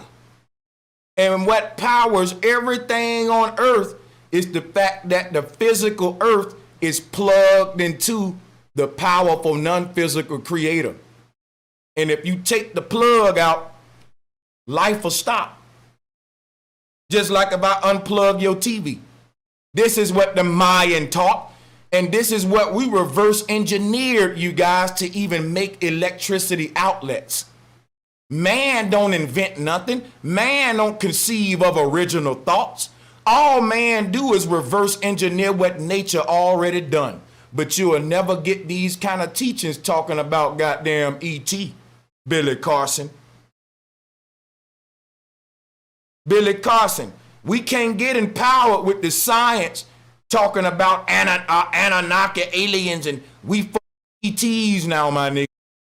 People like you are dangerous to the community, bro.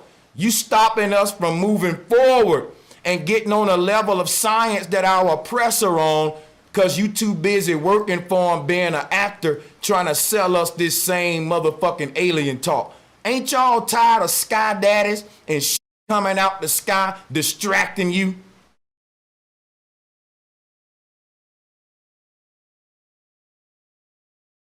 They get you with the same shit every time. Sky daddy talk. Now I'm gonna move on. I'm gonna play the video. But damn it, I'm teaching people who never heard of the science I'm showing you. So it ain't gonna be a quick wham bam boo and you're out of here. I got a lot to teach these folks. They don't know the truth and I gotta show it to them. Now look at here. Look at this doggone cosmos. You see how the mother is in the middle and there's an opening above her. Let's take this off a minute. Basically, I can do it easy. I can do it this way. Look at this. I'm giving you serpent wisdom right now. The knowledge of the sine wave, the knowledge of creation. This is serpent wisdom. Why? It shows you the mystery of the serpent. And if you still don't see what I'm doing to your third eye right now, let me do this for you. I'm mindfulling you right now. I got to do that because they've already indoctrinated you. And now I got to come and open your third eye up and decode the ancient cosmos to you so you can see the world how our ancestors did. You don't have to accept it, but this is the way we reconnect with how our ancestors viewed the cosmos. In Asia today, they do dragon festivals where they put the big dragon heads on and they make a circle. One be the head, one be the tail. That's what you're looking at here.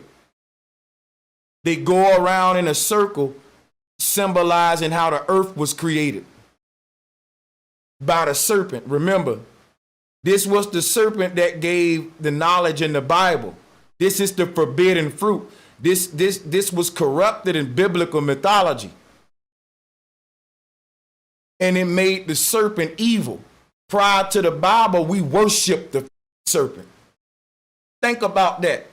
Prior to the Bible, our ancestors worshiped the serpent, and we understood that the serpent moved like a sine wave. And by studying the movement of the serpent, we study the flow of electricity and a sine wave. The ancients were smart, man. They were smart. So when you look at this symbol right here, you're looking at the flat earth, the firmament dome, and the Sheol bowl. You're looking at the flat earth on the left right there. And where the line at in the middle where it's tangling up, that's the ground we walk on. What I'm giving you is the true serpent knowledge, guys, or serpent wisdom. You can actually use this wisdom to empower yourself, just like their scientists are doing. You see how the energy comes out of that pyramid and it looks just like the serpent? It looked like goggles. Look at how the energy burst out of that pyramid, and look at the snake. This is the serpent wisdom, the wisdom that can empower us and have us building our own nations, because the foundation of nation building relies on energy generation. Can't power a nation well without power, God damn it. But if your power comes from talking about aliens and shit, you'll have a false perception of power. That ain't power, that's pride.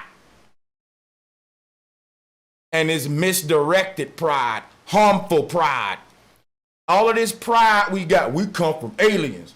We black extraterrestrials. You just black dumbasses, that's all. You just black dumbasses who alienated to what your ancestors really were about. You're calling yourself aliens, and that's what the motherfucking oppressor calling you, and you agree with it, see? I'm a black alien, extraterrestrial. Ain't telling nobody new. You ain't telling us nothing new. I'm the only one telling us something new, and the sad part about it, the shit I'm teaching is old. Flat earth is old. But in a new world, the old shit becomes new.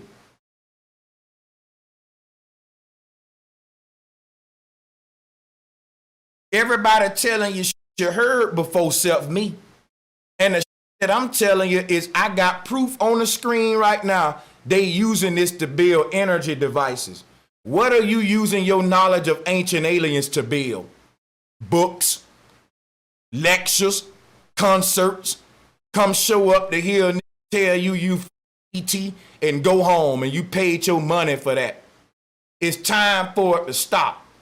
People got symbols of the Ankh all over the place and don't know shit about electromagnetism. You need to be slapped for something like that. You're in a way of the ancestors getting through to their children. Now let me show you something real quick, and I swear we're gonna play the video. The reason I put up this Aurora Borealis, these are the 4 cosmic winds of the earth. That's plasma, y'all. I want you to pay attention. In this image, you see a stream of plasma looking like a river. The way this plasma light travels to the North Pole, or what we call the Northern Lights, remember, these lights are coming from the 4 corners of our terrarium. And they're meeting up at the middle, coiling up into a huge rope. Did you hear what I said? The Northern Lights are flowing to the North Pole through the 4 rivers. Let me show you some. These 4 rivers that we see on Mercator map, I'm not saying they don't mean water. There could be 4 rivers of water that flow into the North Pole just like we see there too. But what I'm telling you is what they also mean is, see, everything flowing to the North Pole to be cleansed. You know how all the laundry in the house got to find its way in that wash machine to be renewed. Nature don't create more and more air to breathe every time you use some air. She just clean the air that you breathed out and give it to somebody else. When you pee, She clean that piss water and turn it into drinkable water again. She don't create, you can't create more of infinity. How do you make more of infinity? It's called infinity because it's a self-perpetuating system. She's constantly cleaning everything we use in real time as I speak. Every breath you exhale makes its journey to the wash machine to be washed by the great mother. And that's why this symbol of the swastika looks like what? A wash machine. Don't this look like a wash machine? That's what's happening at the North Pole. All of the elements are constantly being renewed and reborn out of the black hole or the great womb that the Dogon said at the center of the earth. And it's spinning around. So that goes for light too. That's why I'm showing you this. Yeah, use light, finds its way journeying back to the source. The plasma spectrum of light that shapes our reality is just another element that have to be renewed as well. Okay? So what I'm telling you is,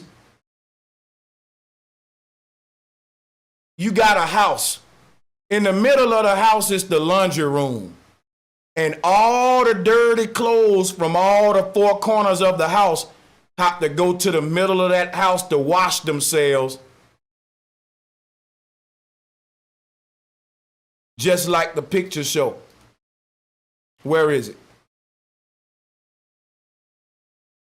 Everything on earth got to go to that great mother to be washed. They call that baptism.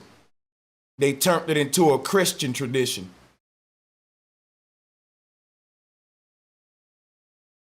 So the reason I don't agree with this timeline is because our ancestors didn't have linear time. They had cycles of time, just like you have wash cycles when you do laundry. Time is revolving in a circle, is not moving in a line. The Gregorian timeline is a illusion and a lie that's creating the matrix. The matrix is the trick of the Ma, which was one of the greatest tricks to ever happen, was to hide the great mother or the Ma. There she is. She is what causes time. At the North Pole, there are no time zones, just like at the middle of a pie, there are no pie slices. It's a little bitty dot at the middle of that pie, showing you that which created the slices. Oh, y'all don't hear me because this too deep for y'all. Let me show you a flat earth map so you can see what I'm saying. Your illusion of time is due to the fact that the great mother goddess is creating motion from the center of the earth. Motion and time are synonymous. In fact, you tell time by the motion of the sun and moon. So if the sun and moon stopped and became motionless, so would your watch and your clock. So would your calendar. Time is motion. And the prime mover of the cosmos was said to be the great mother, which set everything in motion. She called Ma'at and Kemet as well. And she has two wings raised, but in some cultures, she just have the two hands raised, and the two scales are even. Both the sun and moon are the scales of Ma'at. This mother goddess in between the sun and moon with her hands raised became Jesus in between the two thieves. They're called the two thieves because they're stealing energy from the mother. They're having a conversation with the mother. The sun and moon are powered by the mother. They're stealing their energy from the source. That's why the two thieves surround Christ with his hands up. That's just like the great mother. But where the great mother is standing, she's not standing in a time zone. It's only when you leave away from the North Pole that you enter perceived time. There is no time at the center of the earth. Again, just like there is no pie slice at the center of the pie. Each of these slices in the flat earth map represent time zones. But when you get to the middle,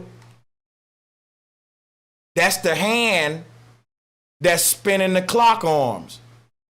Let me show you something. Our earth is a huge clock, and this is one of the secrets of the Mayan calendar. Remember that this red one in the middle is the serpent tongue. Our hand, minute hand, Adam, Eve. In the middle is the serpent with the red tongue. This is all synced together, guys, because it's related to the cosmos and the serpent wisdom. This is the mystery of time and chronology, or perceived chronology. And what I'm telling you is this: which one of the arms on the clock actually make a noise? The red one. Tick tock, tick tock. That's the serpent tongue. That's why it's red. The serpent is the second. The hour and minute is synonymous with the moon and Horus, which would be Adam and Eve. Adam being hour, Eve being minute or mother. Remember that the moon is dealing with smaller increments of time. And the smaller the increments of time, the more of the now and the present you're dealing with. To calculate the present moment, we use seconds. To calculate the past, well, we use centuries, decades ago, right? You wouldn't say who was living on the earth a trillion seconds ago. You would summarize it. You'll be like, well, how about 10,000 years ago? You don't calculate by seconds when you're dealing with long distances of time. You lessen the increments the more you're dealing with the now.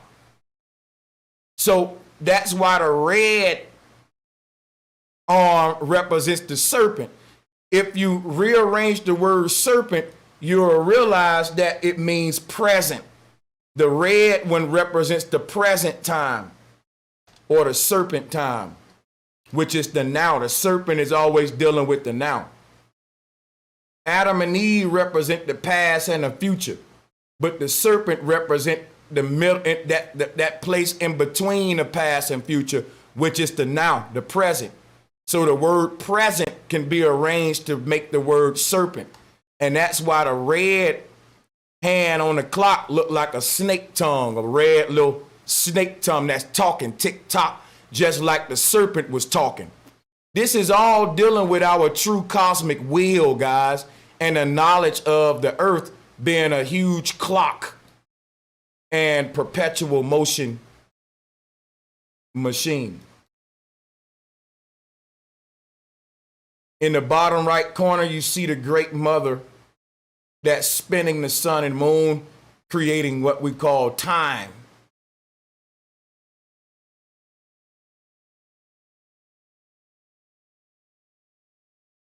All right, I think I'm ready to play the video.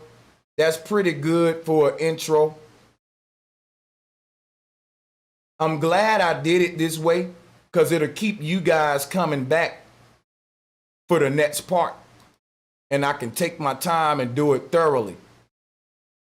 I wanted to lay my information on the table first so people can really clearly understand that we're not just teaching a bunch of crazy crap. I'm literally giving you the teachings of the ancients and how they perceive the cosmos. No one can tell you they giving you ancient cosmology if they ain't dealing with flat earth. There's nothing ancient about the solar system. It's 7,000 years old. It come from Sumeria. Everything prior to that, we dealing with flat earth like what I just showed you with the Polynesians. They weren't the only one. Everybody around the earth was building step pyramids in honor of the flat earth. So Earth, Wind, and Fire had an album called Electric Universe. And the cover on it is everything I'm teaching you about our electric universe. You see they got the step pyramid going up to heaven, the stairway to heaven. We exist on every ethereal layer. Before astronauts, we were astral travelers. We were traveling to the dream worlds, meeting up with ancestors, bringing information back here. You don't travel away from the earth in a rocket, you do it in a mind. You don't sit in a rocket to leave the earth. You sit Indian style and you go into deep meditation to launch your consciousness out of the body into another plane of existence. There's no other way you can leave the earth unless you leave it via consciousness. That's why we have life and death. But while you living, you can journey to ethereal realms through meditation, which is a conscious death. You being aware that you exist on all levels of the cosmos, and you can shift your consciousness into any of the alternate versions of yourself, which is occupying any one of these alternate realities at any given time. So if you dream tonight, look at your calendar in the dream. And when you wake up, try to remember what date and time it was in the dream. And when you bring that knowledge back here, you will truly become a time traveler. You will truly become what the great Mayans were. Let me show you the Mayans. And I'm going to hit play on the video. What I'm showing you now is the Mayan calendar. Their calendar is based upon flat earth cosmology, or rings within rings. They had short counts, long counts, and all of that. If you think of what I'm showing you right now, if you were looking at all of these rings from a top-down view, you know what it'll look like? It'll look like this. You see the Great Mother in the middle of the Mayan cosmos with her tongue out? That she is the Dogon Kanunga. That's the Great Mother in the middle of the earth. The reason she's got her mouth open because she's eating. She's eating up the elements and spitting them back out as new again. That's why she was called the eater, the one that eats. That became the Dogon Kanunga. Let me show you Mankali. Mankali stick her tongue out the same way. This is occult knowledge.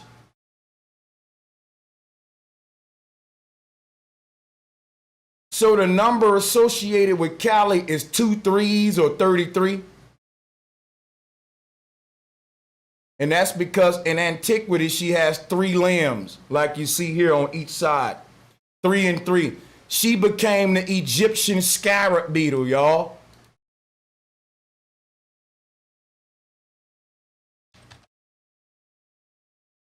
Hold up.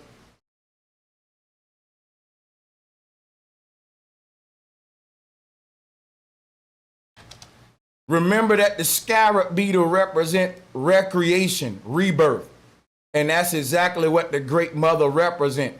The one that rebirths the elements, renew the elements. This is the sacred Egyptian scarab beetle. But this is just their personification or interpretation of the Great Mother.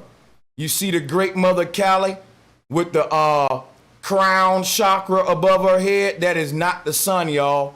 That's the crown chakra. Quit letting people tell you that's the sun. That's the crown chakra above the goddess head. And that's the same thing Aten was showing you, the crown chakra. That's the true sun.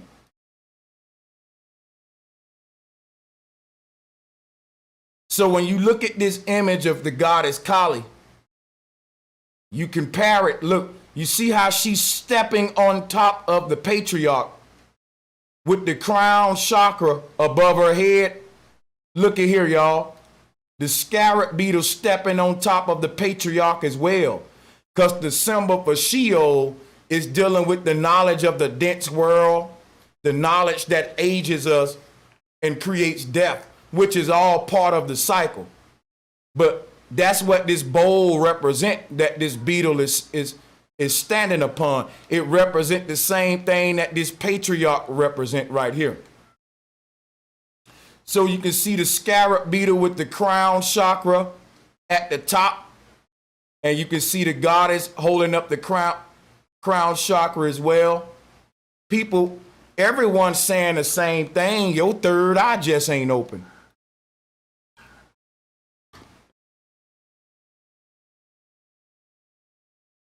All right, look at her tongue. The number associated with Cali is 2, 3. Y'all still don't get it, do you?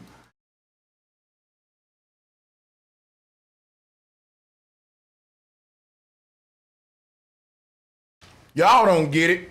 You see, Jordan is a member of the Boule. Jordan became famous because Jordan understood the goddess energies.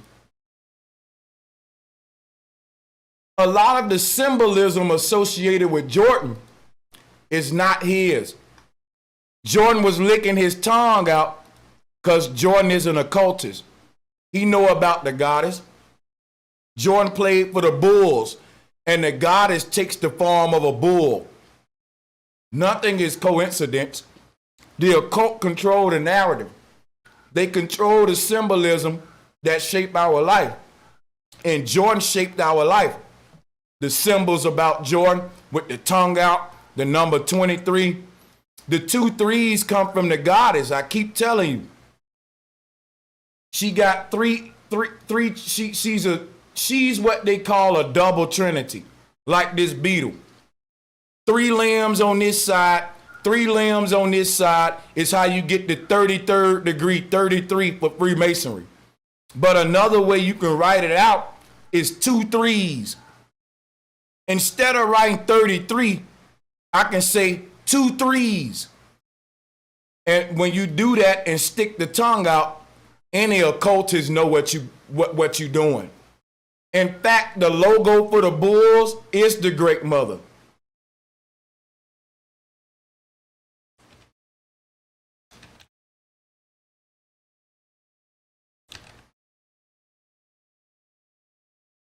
Look at here. This became the Bulls logo. Here's the symbol of the Great Mother right here. Hathor gets her name from Thoris field. She represents the Thoris field or the Taurus field. That's what she personifies. So if you look at her sacred geometry, you can see that these folks just be plagiarizing. Look at the bull logo, how it's hooking at the horns. These folks just be plagiarizing. Jordan he knew what team he was going to be on in high school. His daddy was a Mason. He grew up in it. Listen, if you think it's a coincidence that the symbol for Jordan with his legs spread is also the symbol for the mother goddess, y'all, the jump man, it's the same Mercedes-Benz. I know I'm getting all off subject, but I got to give y'all this real quick because for some reason, the ancestors want me to add this part of the symbolism to the bill. I'm not looking at the chat neither. I don't want no interruptions.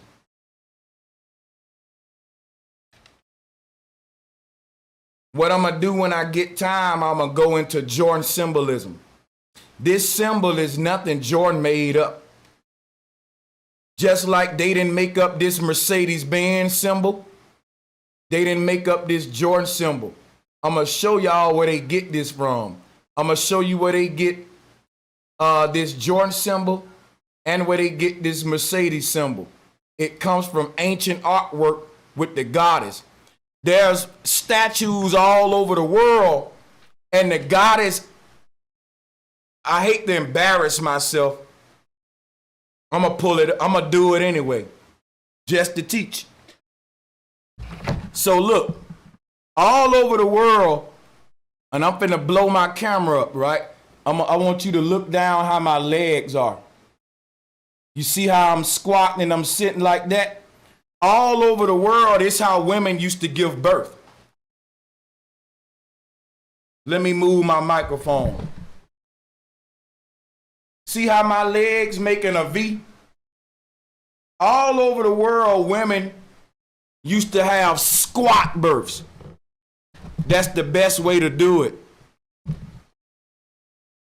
There are statues all over the world of women with their legs spread out in a triangle, screaming like a motherfucker, and it looks like the Jordan symbol.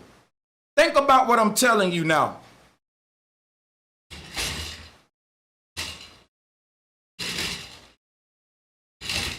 There are goddesses around the world with their legs open like this, and then there's just a line like this.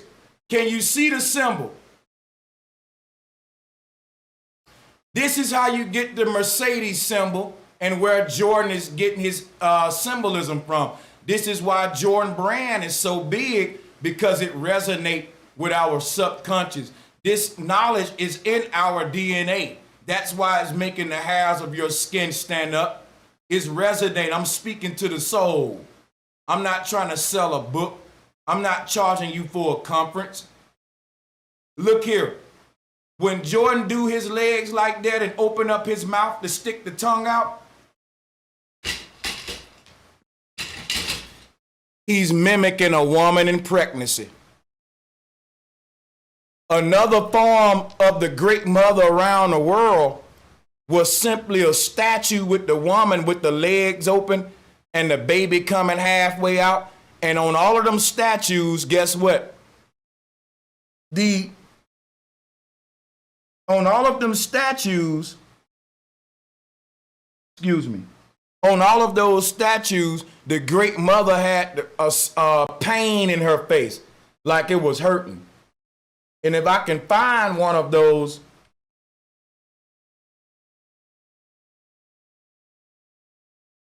I can show you. Here you go.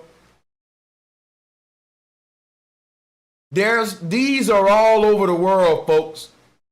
You see these statues of the woman having her baby. What you want to pay attention to, the most popular ones show the most pain on a woman's face, because y'all know childbirth hurts. So the most popular images show you the pain on the mama face. Like this one. See how she kind of gritting her teeth and like, ah, because pregnancy, the woman screaming. On a lot of those images, you got the woman with her legs spread, ah, and you can see her tongue all out. And that's exactly what Jordan is giving you. It's the same sacred geometry, y'all. Jordan know that resonates with the soul. That's why his brand's so big. It touches our soul. Something in us remember those symbols. Something in us know how we got to this earth with them legs open and that woman screaming. The soul remembers that. So when Michael Jordan give you this same symbolism, you don't know why it resonates, but it does. This is called occultism.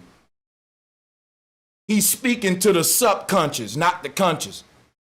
And when you speak to the subconscious, you will have a product that'll create a monopoly, man. Corporate moguls know what I'm talking about. Branding. How you can have two same products that's literally the same, and I can charge you $1,000 for one of them, and the other one will be worth a penny, just because the logo that's on them is different. Branding is powerful.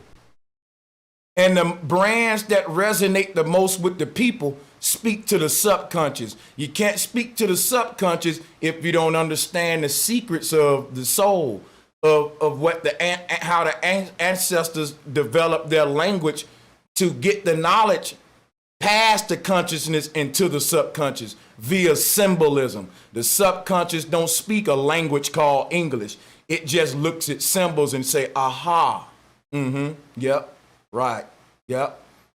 It don't speak English. It just speaks symbol. That's how come a baby know what to grab to get the milk from. You know why? Because the needle is the ripple. Remember, this Mayan cosmos is a ripple effect. And everything on earth pulls its energy from this middle nipple, the middle ripple. So you see the great mother with her tongue out in the middle of the cosmos giving birth. She's eating up all of the elements as they journey from the four corners of the earth, as you can see here. And the Dogon womb of all worlds telling you the same thing. Look at here. We didn't come from space, people. We come from the mind of a creator. You are literally originated from the mind of the Most High. You didn't originate from no other planet somewhere out there. So ain't no fucking planets out there. The whole space is a program. Our ancestors weren't talking about space. This is what they was talking about. The ripple effect of life.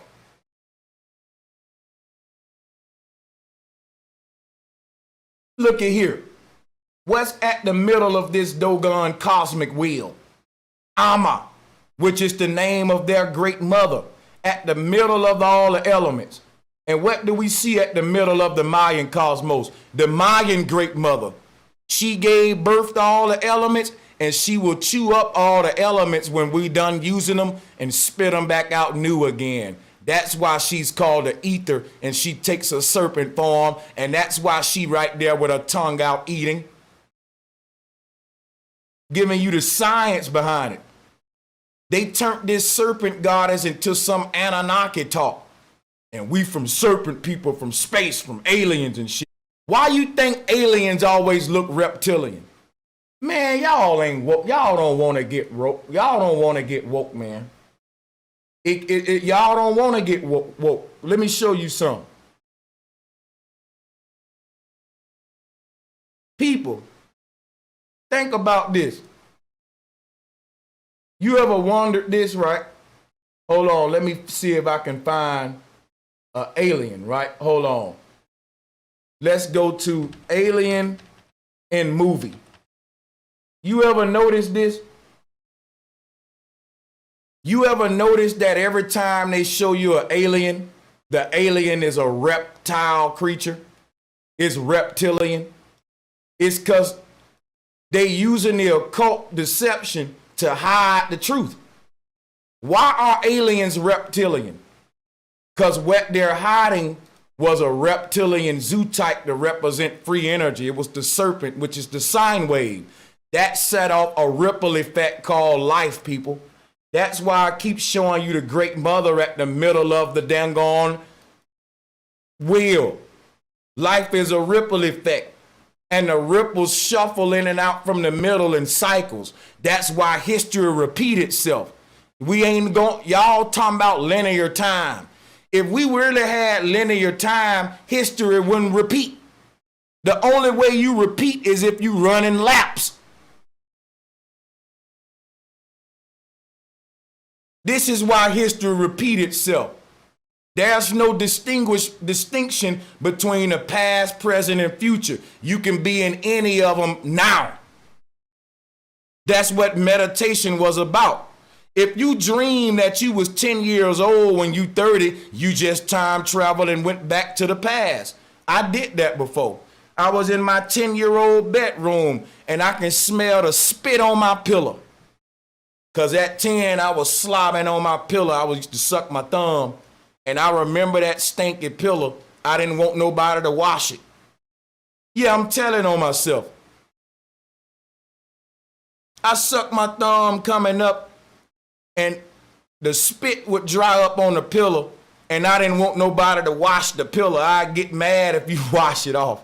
I know that's nasty. I don't know why I like the smell of it and the smell of gas and shit. We're weird creatures as children. We eat glue and boogers and shit. We do weird shit. But I'm saying that to say, I had a dream. I was 10 and I was literally there. So much so that I can smell the same scent of my 10-year-old pillow. I was there, man. I had went back in time, yo. But as a 10-year-old in a dream, you don't know that you're a 30-something-year-old sleeping in the future. We're time travelers. And before astronauts, everyone was an astral traveler going to the different worlds. They got you thinking the astronaut's the only one that can travel when they ain't going nowhere. They're stopping us from astral traveling by making us think it's some out there when it's all in here. That's what the ancestors were saying. So astronaut mean we cannot astral travel anymore. Astronaut. The moment we came with that, anything about the astral realm is now pseudoscience today. But when you talk about other worlds and space and super earths, they gonna want to listen to that, even though it's all theoretical. Nothing I'm teaching is theory. You know you dream. You know you have deja vu. You know the mind is powerful. Ain't gotta believe nothing. Now, our ancestors knew what they were talking about. Billy Carson. Now let me show you something. Everybody was on the same page.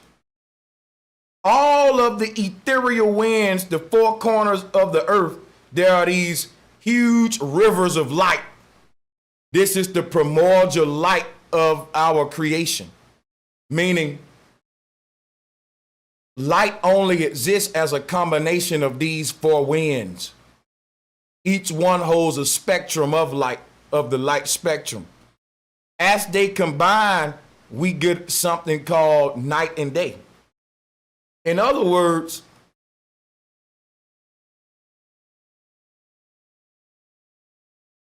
where is it? Oh, come on, please. I don't want to be looking. There we go. In other words, guys, the light of our world, what we call daylight, nightlight, is literally born from the center. Those four ethereal winds, when they reach that center point, they wrap around each other like a rope, a braid. They braid up with each other. And the combination of each one creates the light of our world. It's, in other words, life is a smoothie that's stirred together.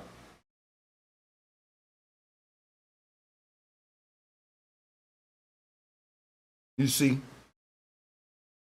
So the light of the world is being created by these four ethereal winds. As they merge at the center emits the light of our reality. Neither one of them could light this reality alone. Just like neither one of your parents could give birth to you alone. They had to come together. Everything is born from parents. And these ethereal winds is like two different couples giving birth to two different kind of lights, day and night. Very simple. Now I'm going to hit the video and use the next hour. Actually, let me do this. Let me check out the chat room and let me also let you guys know. Uh-oh, look like we've been freezing up. Am I still live or have we been frozen? Put a 1 in the chat room if everything I've been teaching so far, you've able to get it without no interruptions. Because I turned that thing back on and it was kind of frozen. I hope it wasn't like that when I was teaching. That's why I need to leave my chat on. But it's distracting. Now listen, guys, let me say this. I'm at 3 hours now. Obviously, I didn't plan for time good. I said I was going to use an hour and a half to lay the foundation of exactly what I teach concerning ancient cosmology. This is part one. In part two, we're going to deal with the video because we really didn't even watch none of the video. I already know what the argument is. I already watched enough of it to know where he's going. And that's why I had to lay my foundation. To show you off the back, he's nowhere on the level of research I'm on. I'm on a whole nother level than you alien talking nigga. Stop comparing yourself to me. Stop challenging me. Listen, all of you niggas with the ET shit, leave me alone, man. I'm on some free energy shit. I'm dealing with real science, yo. Like, I'm dealing with the shit that they using, that they stealing from our ancestors to power their dynasty. Look at here. The Polynesians made this cosmos way before that white man created that energy machine on the left. And they stealing our ancestors' knowledge of the earth and turning it into technology to make us slaves instead of giving us the knowledge where we can make our own technology and govern ourselves. Long as you dumb, they gonna have to govern you. You can't govern yourself if you don't even know how to make a fucking light. Bro, it's a light. A light bulb know how to make it. An insect makes its own light. It's called a lightning bug.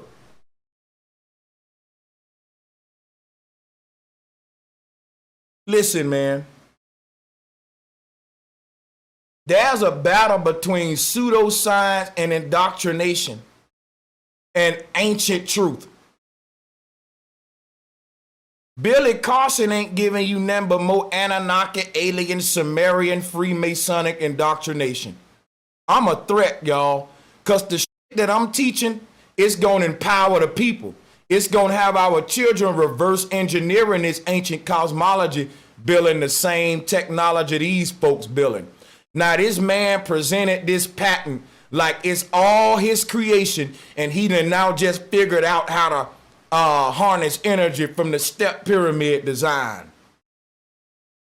He around the world doing lectures like he came up with this technology, and I'm showing you right now, yet again, is motherfucking plagiarization. They don't come up with a goddamn thing.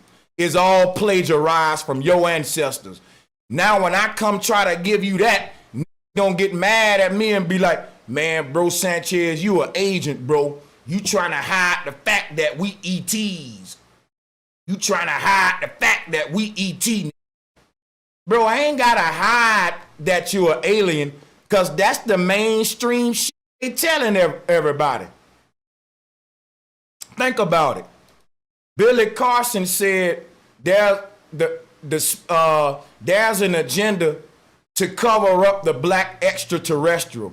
What the f is that agenda, Billy? That shit's all over the fucking internet and TV.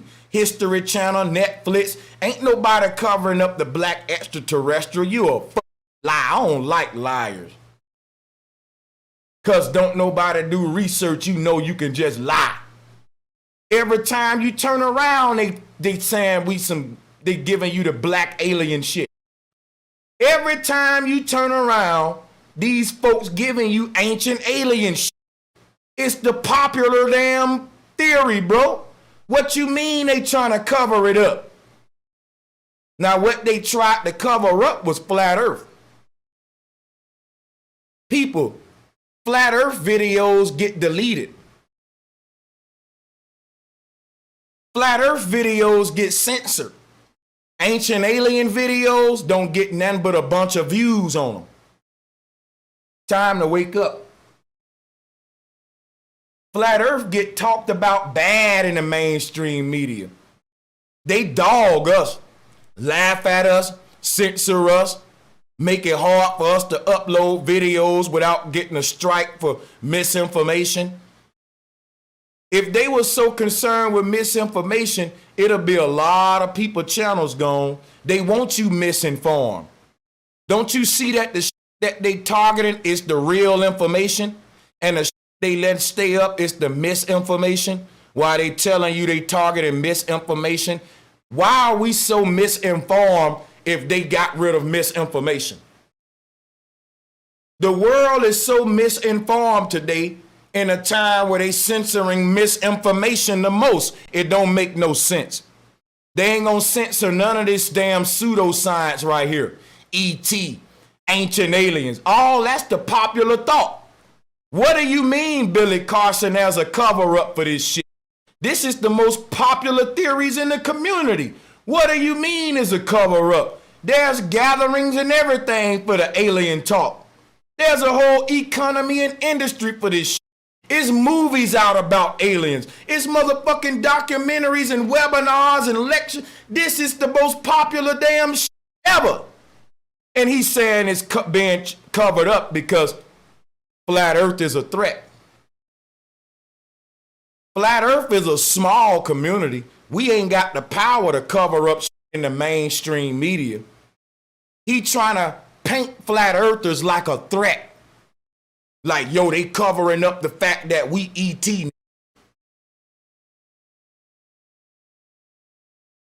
They threatening us.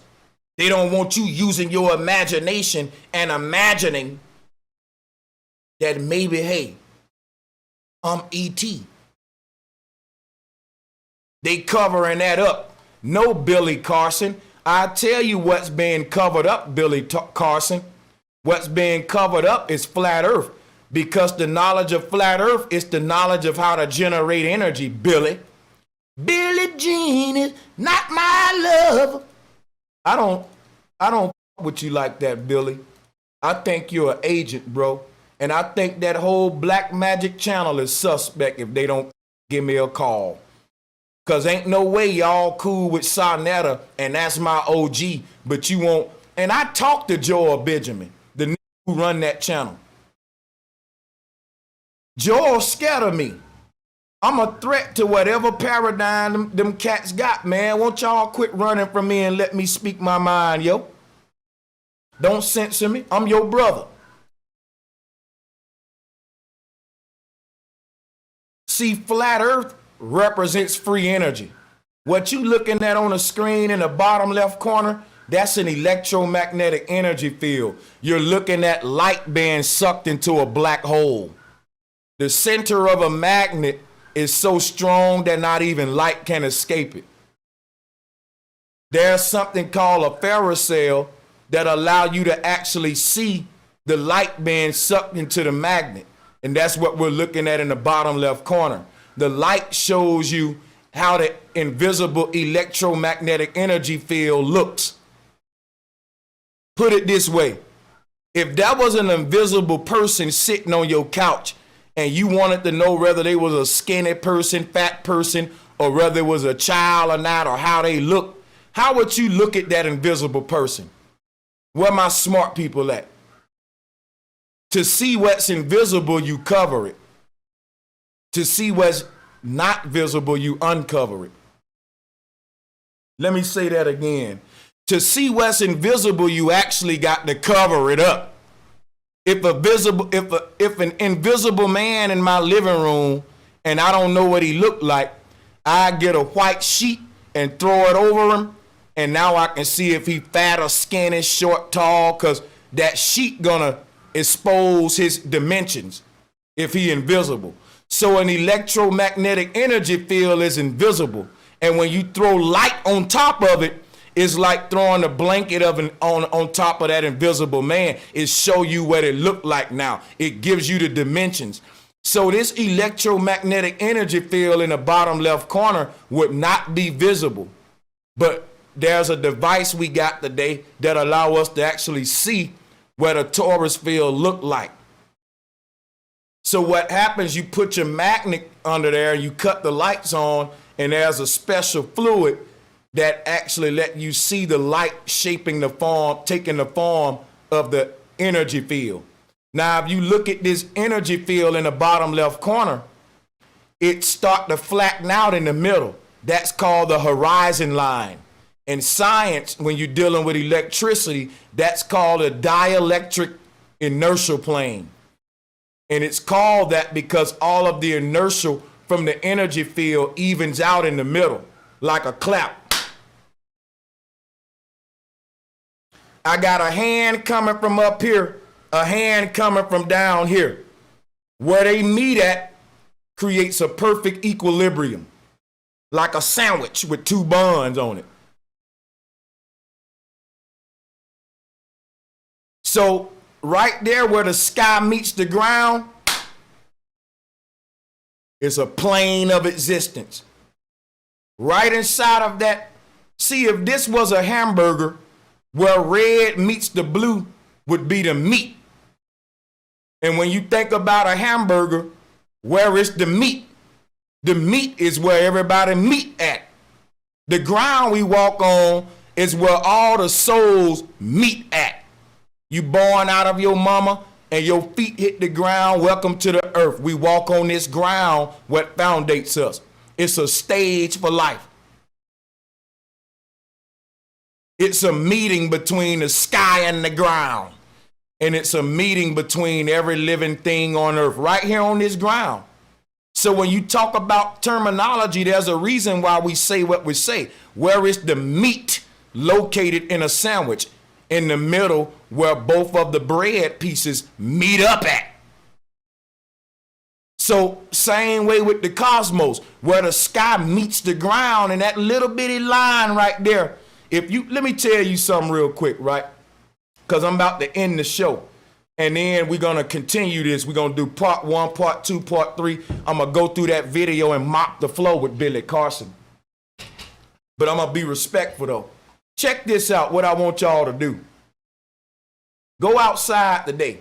Now look at this image. Look at the red and blue.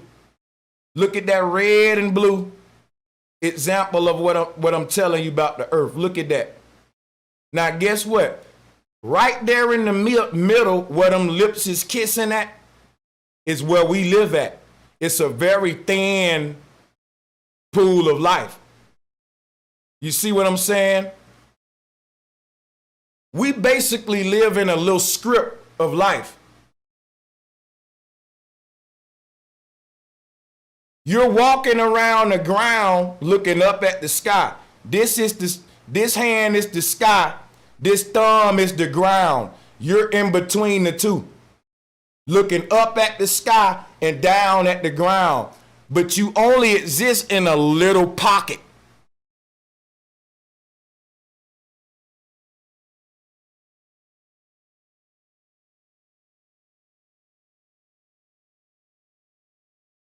Let me see if I can pull up that little pocket for you. There it go.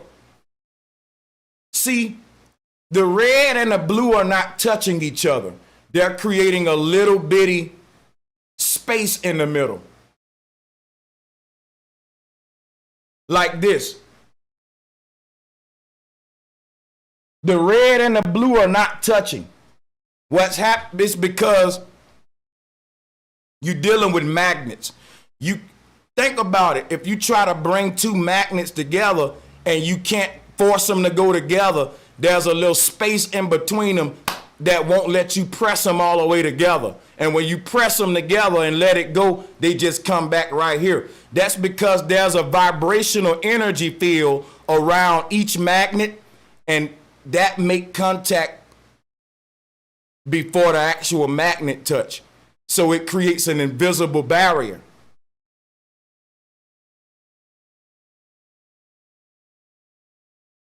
You can do everything I'm teaching scientifically. You can reduplicate it, but you can't reduplicate none of the shit Billy Carson teaching. This is how you reduplicate flat earth with ring magnets. People, what I'm giving you is the secrets of the goddamn step pyramid. Open up your eyes. Look at here.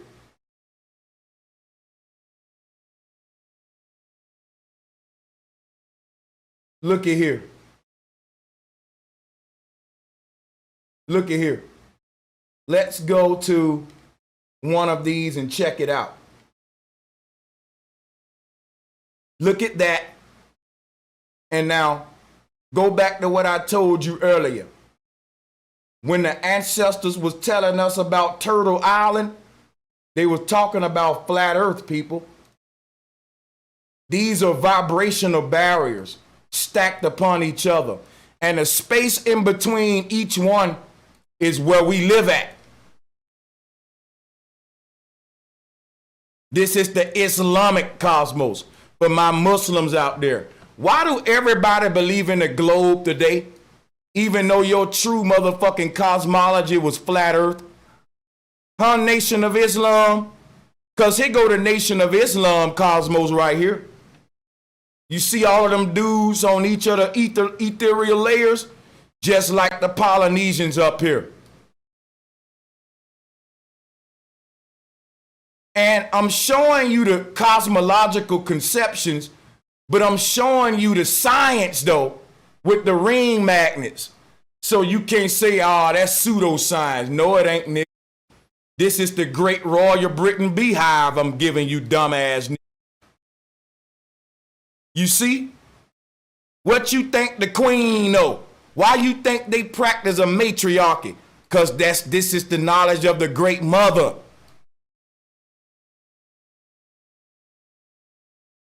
Look at here. Ancient Native American artwork to show the cosmos.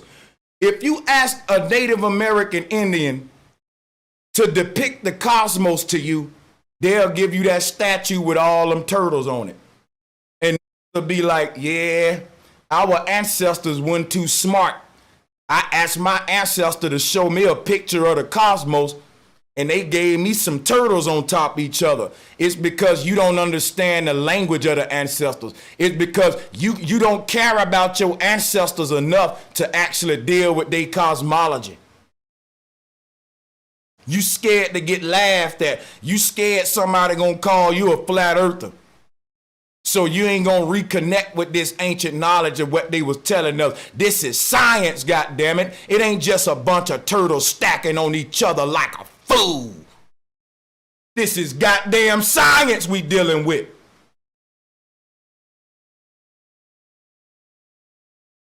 The Hindu Vamana.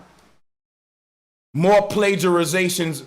Well, this ain't plagiarization. They turned it into plagiarization when they came with the Hollywood conceptions. Look at here. Our ancestors knew about the ethereal barriers, man. They building buildings like that, hiding it right in your face, brother. Look at the U.S. Capitol.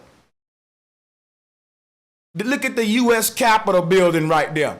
Where you think they get the architecture from the U.S. Capitol building? Look in the bottom left corner.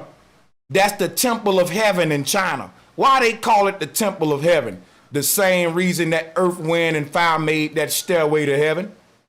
Same reason Earth, Wind, and Fire gave you this. The Chinese is plagiarizing it too. They building their buildings with this architecture while people laughing at me, and I'm just trying to wake y'all black asses up while you think you're a goddamn E.T., you damn fool.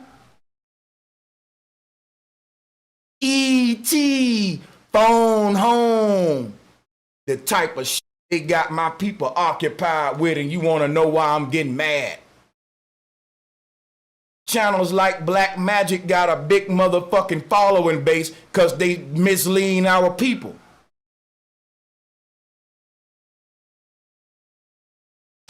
And the only way I'm going to retract any of these words if they let me up there to give them my side. I'm calling it like I see it right now. You don't want an alternative viewpoint. You want to keep feeding our people the status quo so none of them past scholars will have to take their books off the market. People, for the past couple of decades, the Black conscious community been writing a lot of books about aliens and pseudoscience. Some of these books go $100 a wop. We're talking a multi-million-dollar printing industry which we're giving Black people fake science. Alien talk. Now Brother Sanchez come along saying, hey, we was wrong about all that alien shit. You think they want to stop selling their books just to wake you up? Hell no. The shit that I'm teaching you, let me show you how important it is. That your enemy using this to make himself powerful. This is what your enemy is studying, flat earth. Why are you studying some goddamn ET? Why are you sit around and discuss motherfucking ET? Your enemy is reverse engineering the truth that your ancestors left you. But you ain't listening to what your ancestors left you because you too busy listening to what the motherfucking TV telling you. Ancient aliens. Look at here. Look at here. Look at here. Let's pull it up.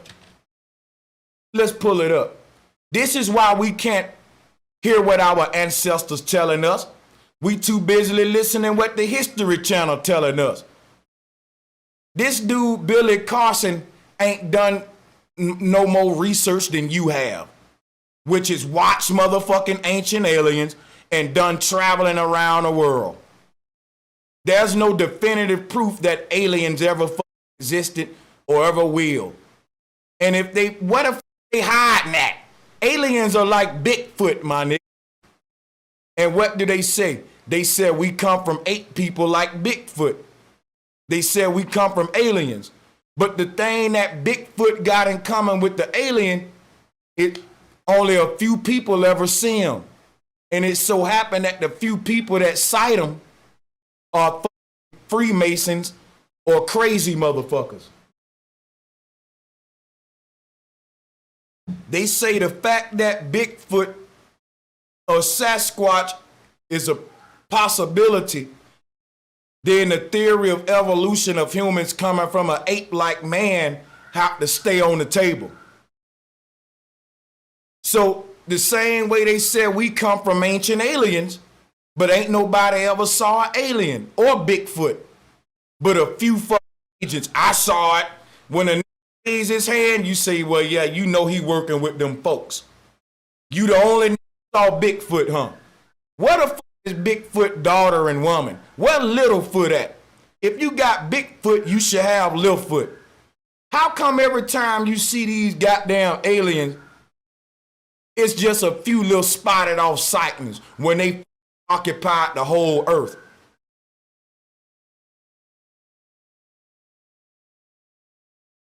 Billy Carson giving you the same shit we all was hearing from the oppressor, that you come from goddamn ET. I'm giving you the knowledge that'll put your children on the level of your oppressor. These images on the screen show that what I'm teaching is more important than us discussing on whether we related to ET or not. Whether we fuck ET, bro. Why y'all talking about ET? They taking the ancient flat earth shit from your ancestors, building empires with it.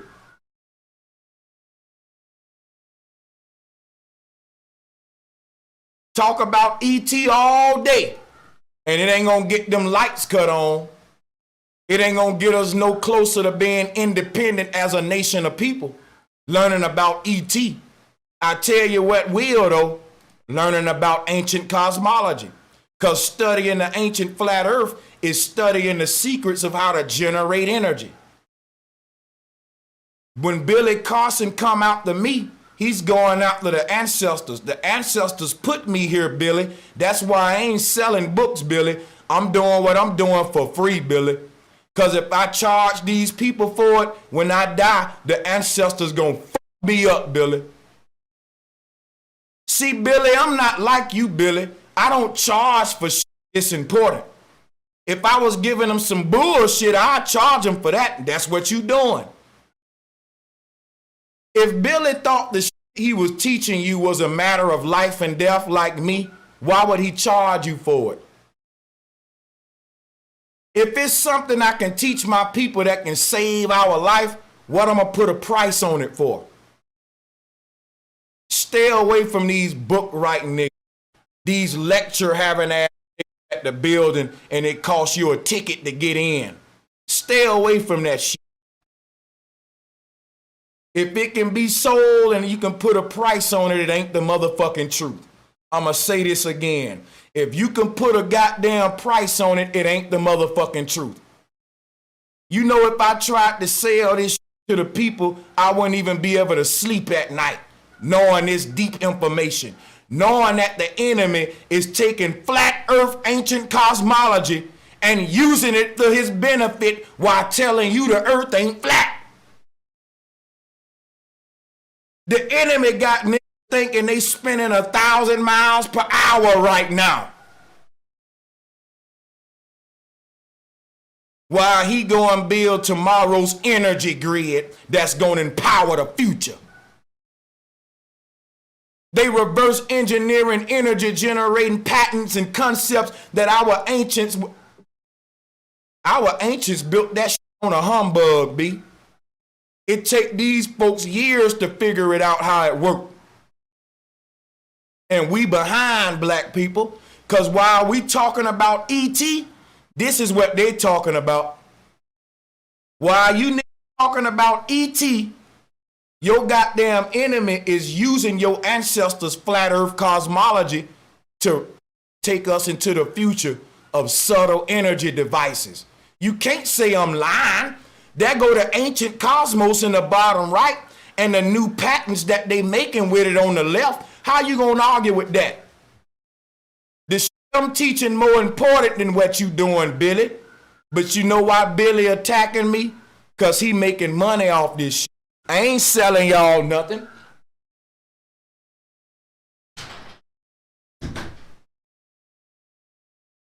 Billy Carson is a goddamn Mason, y'all. And this nigga has his own motherfucking space agency. That's why he got to come out to what I'm saying.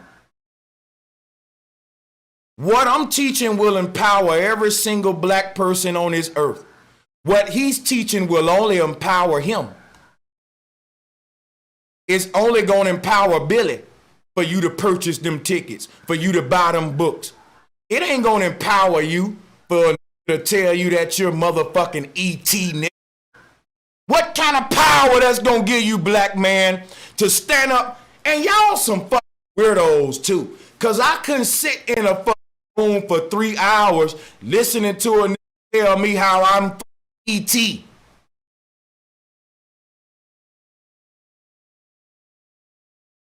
Only some weirdos would pay their money to go talk to a nigga for hours about how you're a alien. And you want to know what's so hypocritical about it, yo?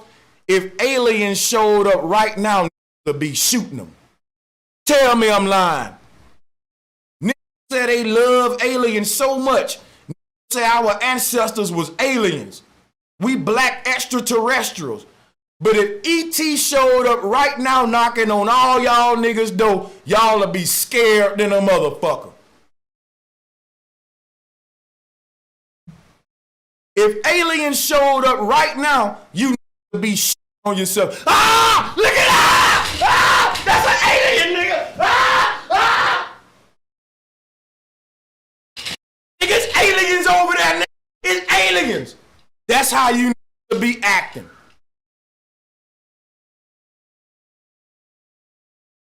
Soon as that alien show up, niggas gonna act like bitch. Ah! Ah!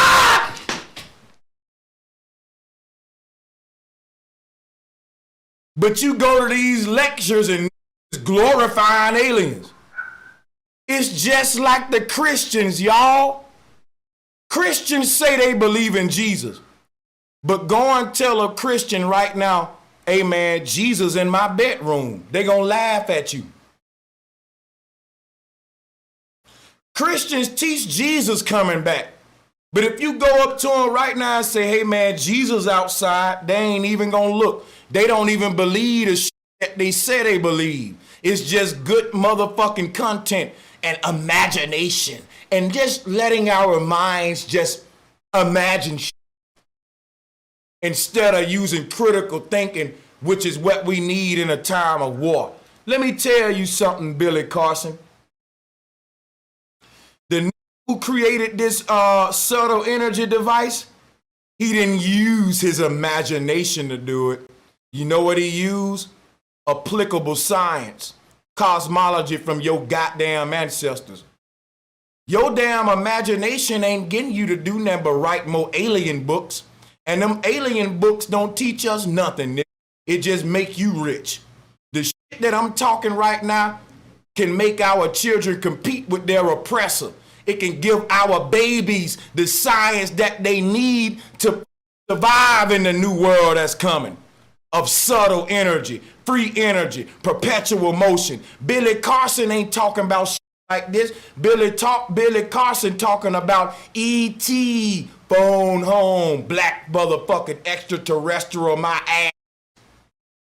You ain't no damn aliens. You just alienated to who the f you really are. I don't care what the nigga real name is. I'm gonna call him by what he's wanted in the video. Somebody said that ain't his real name. That's more motherfucking evidence that he's an agent. Thank you, whoever said that. Man, they giving us aliens, monkey people, and all that, y'all, so we don't connect with our ancestors. If you look at this timeline, everywhere you see monkey people that represent a time on earth when our people was thriving. And they wasn't no fucking Sasquatch humans or no Bigfoot people. They was regular humans just like us, but they motherfucking was connected with nature.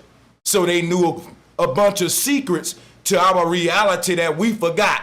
That's what made them advanced beings. That's what made them advanced beings. Not because they was motherfucking snake people, Anunnaki, and extraterrestrials. So they wrote us out of history, man. Because everything before that pyramid represent that Sasquatch nigga. And even when you get to the pyramids where they said civilization began, they don't even want to give you credit for that. They saying you can't even get credit for civilizing yourself. They gonna give it to aliens. Aliens civilized your ancestors, nigga. Aliens did. If my ancestor come back, let me show you something, bro. Because don't really know what they teaching, and it's dangerous to our people.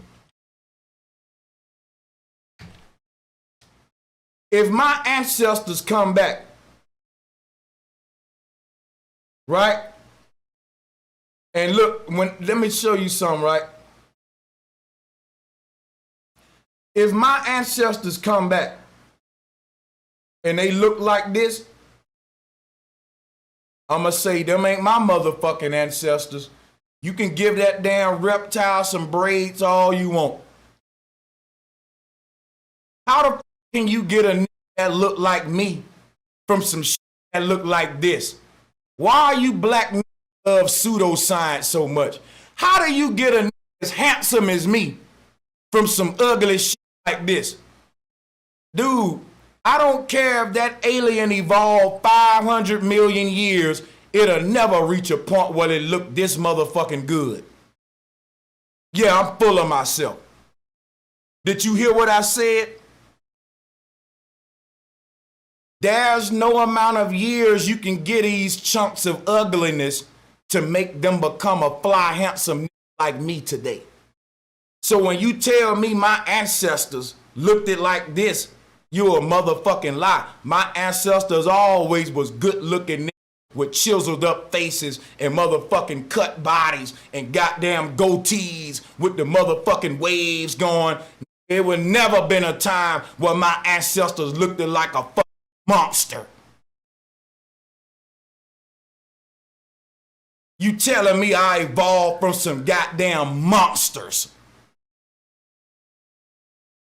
Ain't no way you can get these good looks from some goddamn monsters genetic bloodline.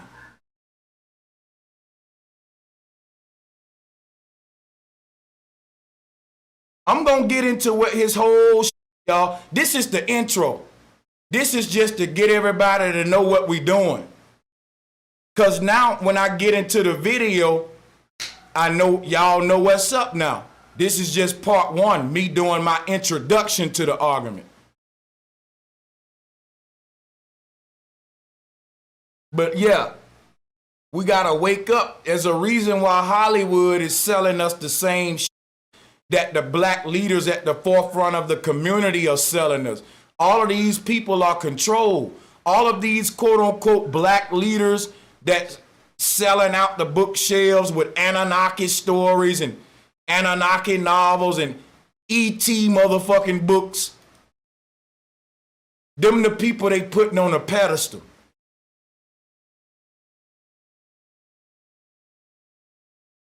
They letting them be at the forefront. They been bought out our leaders. Only thing the black leaders gonna tell you today is E.T. phone home, nigga. E.T. phone home.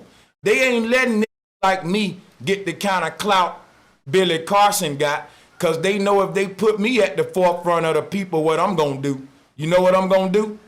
I'm gonna show them this right here. Hold on. I'm gonna show them this.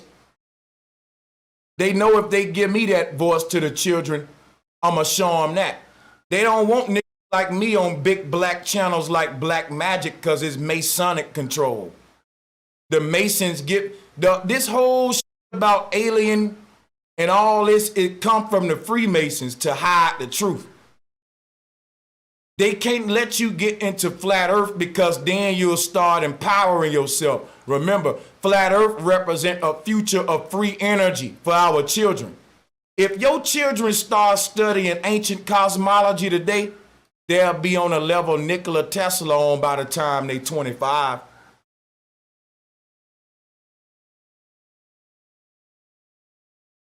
If you raise your child up right now studying ancient cosmology, they'll be building energy devices like the one we see on the left. They'll be on the level Tesla was on.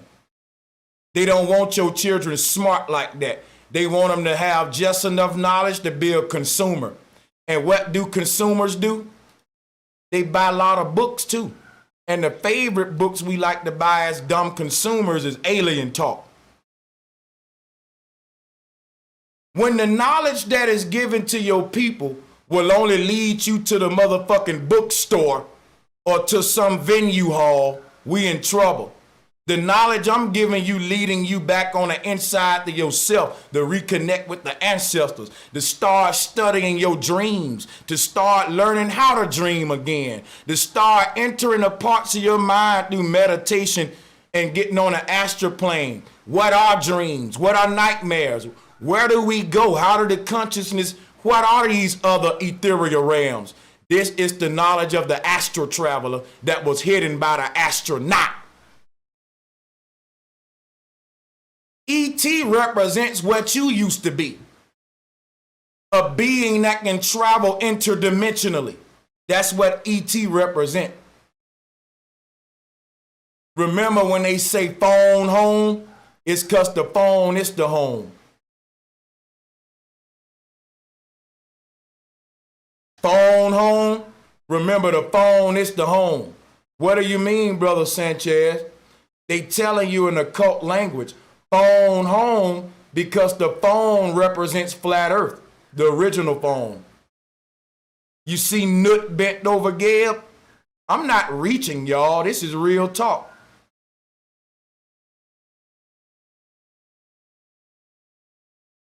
I'll show you. You see it?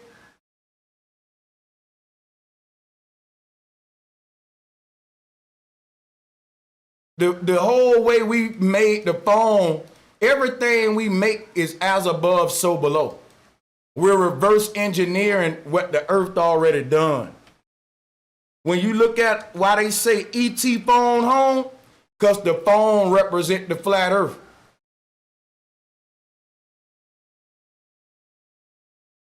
Only people with their third eye open gonna see what I'm saying. The people sleep gonna laugh at me, but I don't care.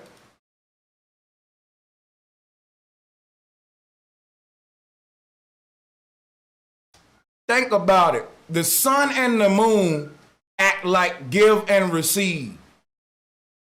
Let me tell y'all something real quick. So before we go, I'm going to leave you with this. I need a big picture of this phone so I can make my point. I'll use this one. Check this out, people. Look at this phone. Now look at this home. E.T. phone, home. Phone, home. I've deciphered their language. I've deciphered their language. Let me tell you something. Don't you know the ancestors used to speak their will into the sun and listen for the answer through the moon? The ancestors would ask for guidance from their ancestors with the practice of sun gazing and all that. In other words, they spoke through the sun and listened through the moon. At night when they went to bed, the moon energy would send them into the dream state and they would receive the answer. So they would do a daytime sun ritual where they asked the question into the shining sun. And at night they will listen through the moon. So when you see the image like this and you see the image like this, is some truth to it. Each end of the phone, I speak in one, I listen through the other. You ask the questions during the daytime and the ancestors will answer you when you dream at night and go to sleep. So the moon is a receiver. I'm mixing it up. One is a receiver. One is a, talk and receiver piece. You know what I'm saying? Give and receive. You give the words, you talk through the phone, you receive the words, you listen through the ear. Our earth built the same way. So I'm telling you why certain ancient rituals took place during the day and why certain rituals took place during the night. Nighttime rituals were dealing with receiving something, receiving a revelation, receiving some wisdom, receiving some knowledge. We are like playing with the Ouija board. You do that at nighttime because you're receiving a message from the ancestors under the moonlight. The receiver. The sun is what we speak through. Is what we ask the question in. So this flat earth cosmology looks like a phone. So the flat earth looks just like a phone. And when you look at the dial part, let me show you this.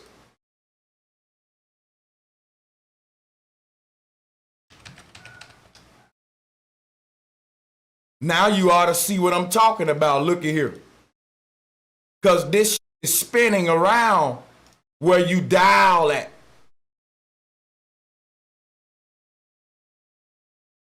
Look at here. This is how they design the rotary phone. All the elements are spinning around at the middle, y'all. I just showed you that with this. When they say that when the creator dial your number, you go home. Why you think we use these words? When my number is dialed, I'm going to kick the can. Because the whole way we dial, look, let me show you.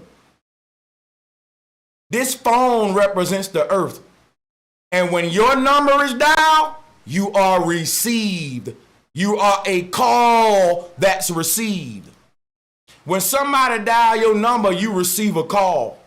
Every last human is a calling. You got a calling and a purpose here.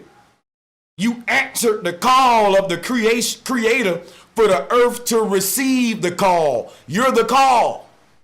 That's why you got a calling. Earth received this call from the Most High. And what are you doing here? You're supposed to be on a mission and manifesting your calling. You're supposed to be answering your motherfucking calling. Not talking about E.T., Billy. Now look at here. All the elements are being spun around that central axis. And when your number is called, since you made out of the elements, mother gonna have to come get this body back from you. This body made out of the elements, yo. Just like your mama ain't gonna let you wear the same clothes for a week, Mother Nature ain't gonna let you stay in this same body for no thousands of years. You gotta change, man. Quit being motherfucking dirty. This body ain't nothing but the clothes for your soul. And when this body done all it's got to do and it's time for it to be cleaned again, it goes into the wash machine, baby. The elements that make your body gotta be washed too.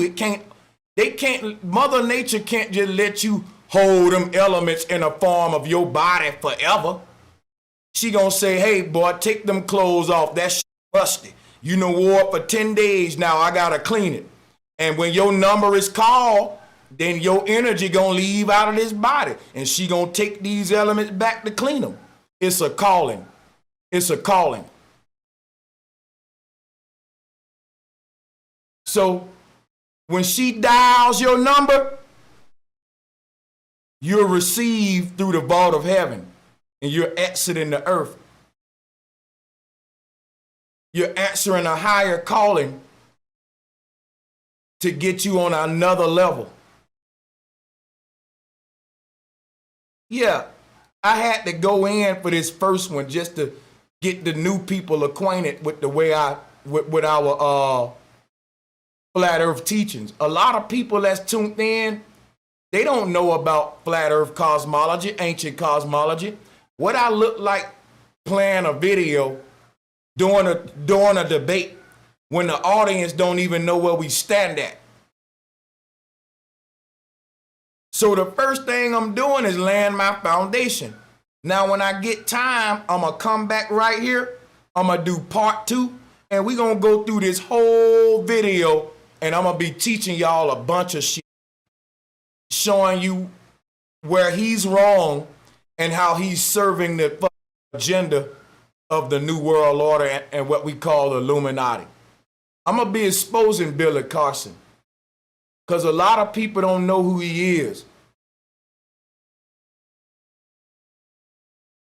Y'all need to go back over everything I taught today, man.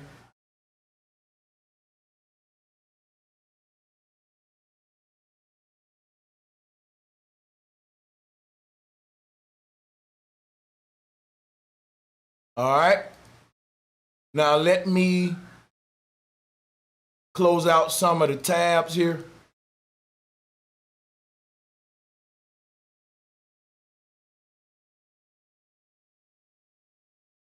I'll leave some of that up. Okay. Real quick, right before we go though.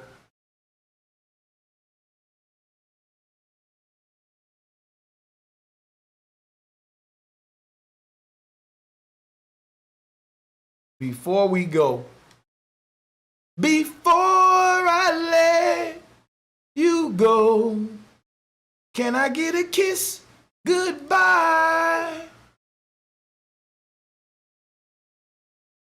All right, look here.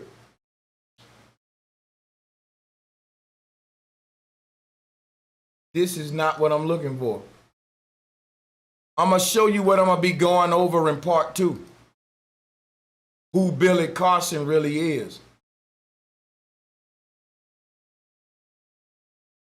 The secret space program.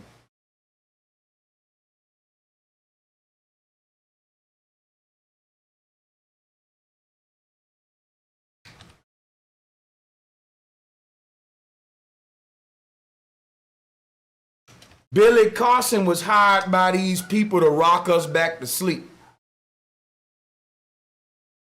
He's supposed to be a black dude who's the CEO and founder of the first minority-owned space agency. They're using him to resell space to black people. People, remember, anything with the word agency on it makes Billy a fucking agent. All of these agencies have an agenda, and that is to never let you open up to the knowledge that would empower you. The white man got a space program. What did he ever teach you that can break you free from bondage? Learning about super Earths and diamond planets and aliens on Saturn. And what did that do to break you free from the bondage right here? First of all, you can't prove none of that pseudoscience. All of the planes of existence exist around us. Listen, people, what you calling stars are far away sun and moons for other planes. In other words, in this first layer, we got a sun and moon. On the next layer, they got a sun and moon. But when we see it from where we at, we call it Venus and Mars. Venus and Mars are the sun and moon of the next world beyond ours. And each world got their own sun and moon. And when you looking at the sky with all these lights, you looking at the faraway sun and moons of other planes of existence. You can't live on them. All the land on the ground. What these people is doing, they know it's a flat earth awakening going on. They know with people like me, black people can possibly wake up to the indoctrination that's keeping us away from free energy. And in case you ain't know, energy isn't created, it's harnessed and generated from the ether. You just need to have the right device to harness it. Studying flat earth is what gets our children into creating the devices that would allow them to empower themselves.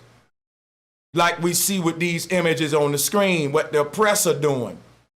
While the oppressor studying your ancestors' flat earth and teaching his children how to run the world and harness energy, they got Freemasonic boule agents like Billy Carson trying to re-indoctrinate black people with the space agenda.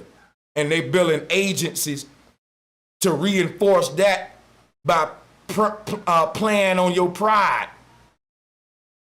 Because gonna be like, oh, it's a black-owned space agency.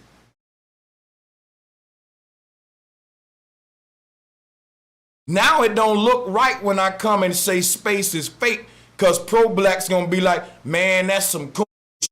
We got black people with their own space agencies, bro Sanchez, and you talking about space ain't real? That's fucked up. When our people trying to get ahead and create their own space agencies, you come and try to empower them and give them the truth about what's really going on. Ain't no space. It's all here. Like the ancestors said, it's all here. And to reverse the science of the earth is to empower yourself. They don't want us talking like that. They want us listening to like Billy Carson, and I got my own space agency. You ain't never left the earth. You'll never leave the earth. It's impossible to leave the earth without launching your consciousness out the body. Them rockets is just a distraction. The true astronauts are astral travelers like myself that can build a crystal grid and leave my body and go to a dream state consciously. Talk to my grandmother like, yeah, grandma, they still over there talking about aliens and shit. When I die, save me a plate that you just cooked here. Because when I come back, that's literally what I'm talking about, how it all connected. You got a dead grandmother, you can go talk to her right now on the ethereal realms. She didn't go nowhere but to the next motherfucking layer. She passed over. A Passover. We pass away. We pass through the boundaries or the ethereal layers, and we occupy one at a time, which doesn't mean you can't go and occupy the other ones. You can only have like how you got a main chick and some side hoes, which this reality is your main. All of them dream realities are the side hoes. is what I'm saying. You ain't got to be limited to just this one reality when you realize there are all alternate realities out there that you exist on, and you can shift your consciousness from this body to another body. But when you do that, you got to lay this one down in the bed, go to sleep, and while this body's sleeping, you can be running around in your other dream body on the other worlds. On some of them worlds, your grandma who died is there. This is how we traveled the multiverse, not by launching rockets, launching the consciousness out of the body. So they want to occupy us with this fake concept that you can launch a rocket out there and go visit the ancestors on another planet. That's the black extraterrestrial theology, that our ancestors live on a planet in Sirius star system, and if we had the right technology, we can fly to them and go meet up with our ancestors. Dumbasses, you got the right technology. It's called a mind, and this is why a mind is a terrible thing to waste, because when you lose your mind, it's like losing your goddamn car. You ain't gonna go nowhere. That's why my people ain't moving. We ain't launching our consciousness out of the body. We thinking about launching rockets up into the sky. They got everybody looking up there instead of what's in here. Every time you dream, you recreate the goddamn stars, the sun, and the moon. So that ain't nothing but a holographic program you loading. It's a template. That's why it's called a temple of God. It's a template. When you dream, the same sky outside, you created in your mind in a dream. In your dream, you created wind, the sun, the moon, the stars. It's in here, not out there. The world out there is being created inside of here. This is why when you dreaming, you can look up at the stars in your dream.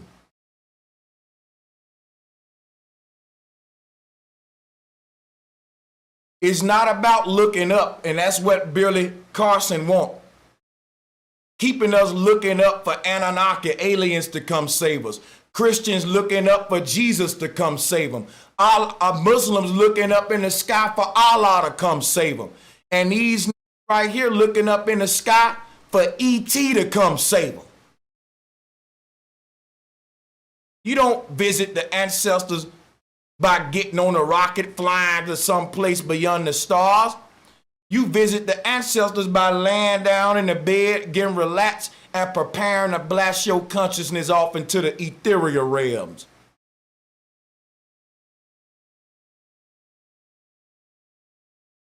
You can go anywhere you want, the past, present, or the future, when you get into the true science of astral travel and quit being distracted by astronauts. Billy Carson is an agent. The symbolism speaks for itself, folks. He's an agent who they're trying to put up there to keep black people asleep during a time where black men like me to decipher the truth. This the truth that'll empower our children, y'all. Think about it. Everything Billy Carson teaching benefits him. It don't benefit you and me. It benefits more book sales, more paid ventures, more people coming to his little space agency, which is going to be some building like what NASA be having with a bunch of old rockets and to teach you about gravity and how the moon, all this programming. We never been to the moon. You can't land on it. In my next video, I'm going to play from a Dogon mouth themselves telling you you can't land on stars because they're light fixtures. This come from the Dogon elder's mouth himself. I'm going to be playing that on part 2. So the Dogon said you can't land on none of that shit in the sky. You looking up in the sky at twinkling little stars, but when you look in the science book, they telling you that twinkling star is some big ass rock with life on it. It's time to wake up, people. It's time to wake up. Him having a space agency for black people ain't no different than us having a goddamn black Christian church. It's a black-owned building, still go in it to get a European indoctrination. I don't care if it's black-owned. I don't care if Umar opened up a school just to teach the same the oppressor taught me. The building owned by blacks, but the curriculum ain't.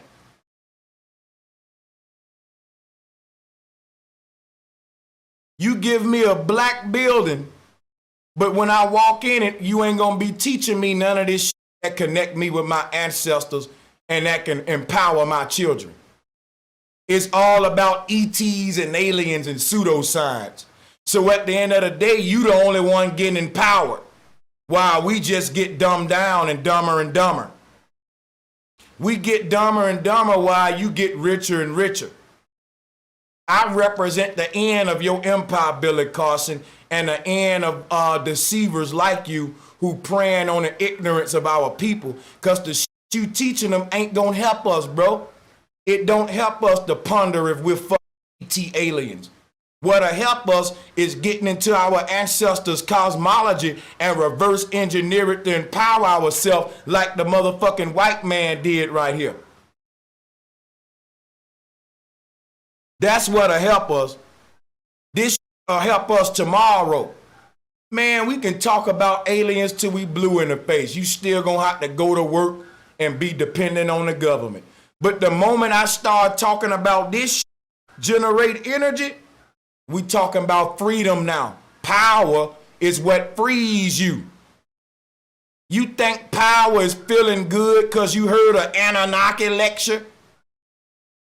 What empowers your enemy is sit down in a room talking about what kind of copper shit we use to bend around that. Think we're gonna need a little lead and iron on that.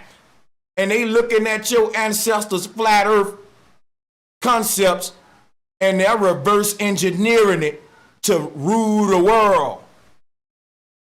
The shit you teaching, Billy Carson, ain't gonna do nothing but make me sit around and talk about ET, man. It ain't gonna help us at all. It's gonna help you though. A minority-owned space agency. Who gives a f? That don't excite me. You got black-owned stores, but when you walk in them, it's full of European products. Why y'all like chocolate coating shit? Don't a joke on you if you go to the hood with some gold-plated jewelry on. Want to know that it's golden all the way through, nigga. Quit chocolate coating the white man trying to resell it to black people. Y'all, they trying to get these modern day Uncle Toms and house niggas to chocolate coat the same indoctrination you waking up from so they can resell it to you. So Jesus black. But you got to remember that the word Jesus come from the word Zeus, and ain't no damn Africans. We know that name they children Zeus or Jesus. You can chocolate coat Adam and Eve, but it don't take away the fact that Adam and Eve are white people names, nigga. If they was African, they would have been named Kuta and Amishara. Y'all chocolate coating the white man's indoctrination to resell it to us again when we trying to wake up. And these going to the white man saying, you know what, they waking up. If we paint that shit black, they'll take it. All you gotta do is paint it black, because the average ain't gonna scratch the surface to see if it's just chocolate coated. If I give you some fake gold or gold plated aluminum, you're a damn fool if you don't test it out. If a nigga sell me a gold chain, the first thing I'm gonna do is ask him, yo, can I get a little nail or something and scrape it? If he say no, you gonna damage the gold, you know it's fake. because real gold ain't gonna get damaged.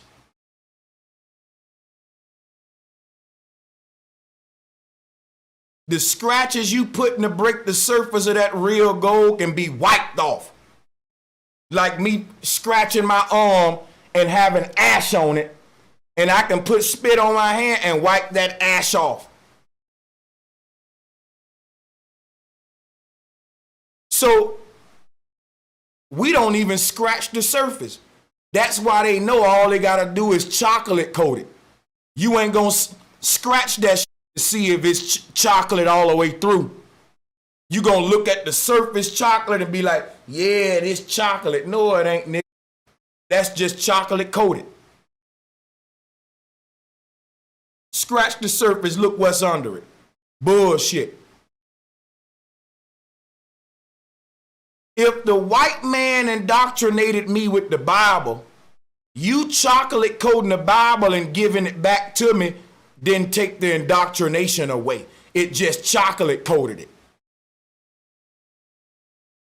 If the white man deceived me with NASA space agency, you creating a black one to teach us the same shit about aliens don't stop the indoctrination. It don't empower us. It just chocolate coats it. That's what these niggas doing.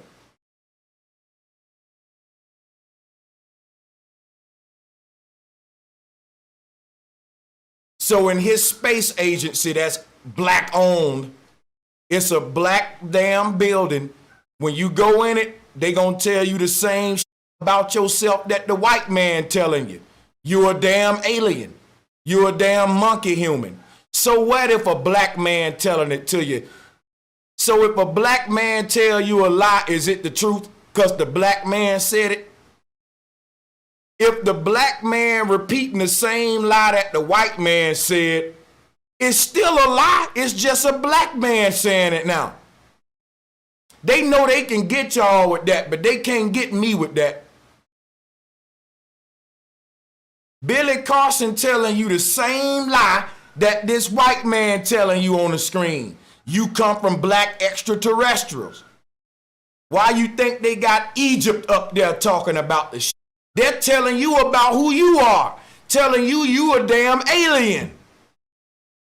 And that's the same Billy Carson telling you, that you're a fucking alien. So it's true when a black man tell it to you? That's what I want to know. So if a black man lie to you, is now the truth now because the black man lied, so it ain't a lie, now it's the truth. He still ain't teaching you about your ancient cosmology, which he's not connecting you to the ancestors. He connecting you right back to the same dialogue that created the ignorance in the first place. Now I got to go, y'all. Be on the lookout for this series. How many people watching? Let me see how many people watching. Hold on a minute, man. Don't go nowhere. Wait a minute. See how many people watching. We got over 700 people watching. Let me tell you folks something. Normally when I do shit like this in parts, I have a lot of people present on the first one. And like when I do part 2, it'd be like 400 people. I'm telling all 700 of you something right now. If you missed part 2, you missed the real shit. We didn't even play the video. That was my introduction. You came to watch me debunk Billy Carson. And I just did, but I didn't give him his chance to speak because they didn't give me a chance to speak when they made that video talking shit about me. This is my foundational rebuttal for what they've already done. What I'm asking every last one of you who watching this to do is follow me. Hit the alert button. I'm going to do part 2 to this, and we're going to go deeper and deeper and deeper. I'm going to show you exactly who Billy Carson is, the agenda he's serving, and why it's detrimental to us. I expect to see the same amount of people in the future on part 2 that I see here.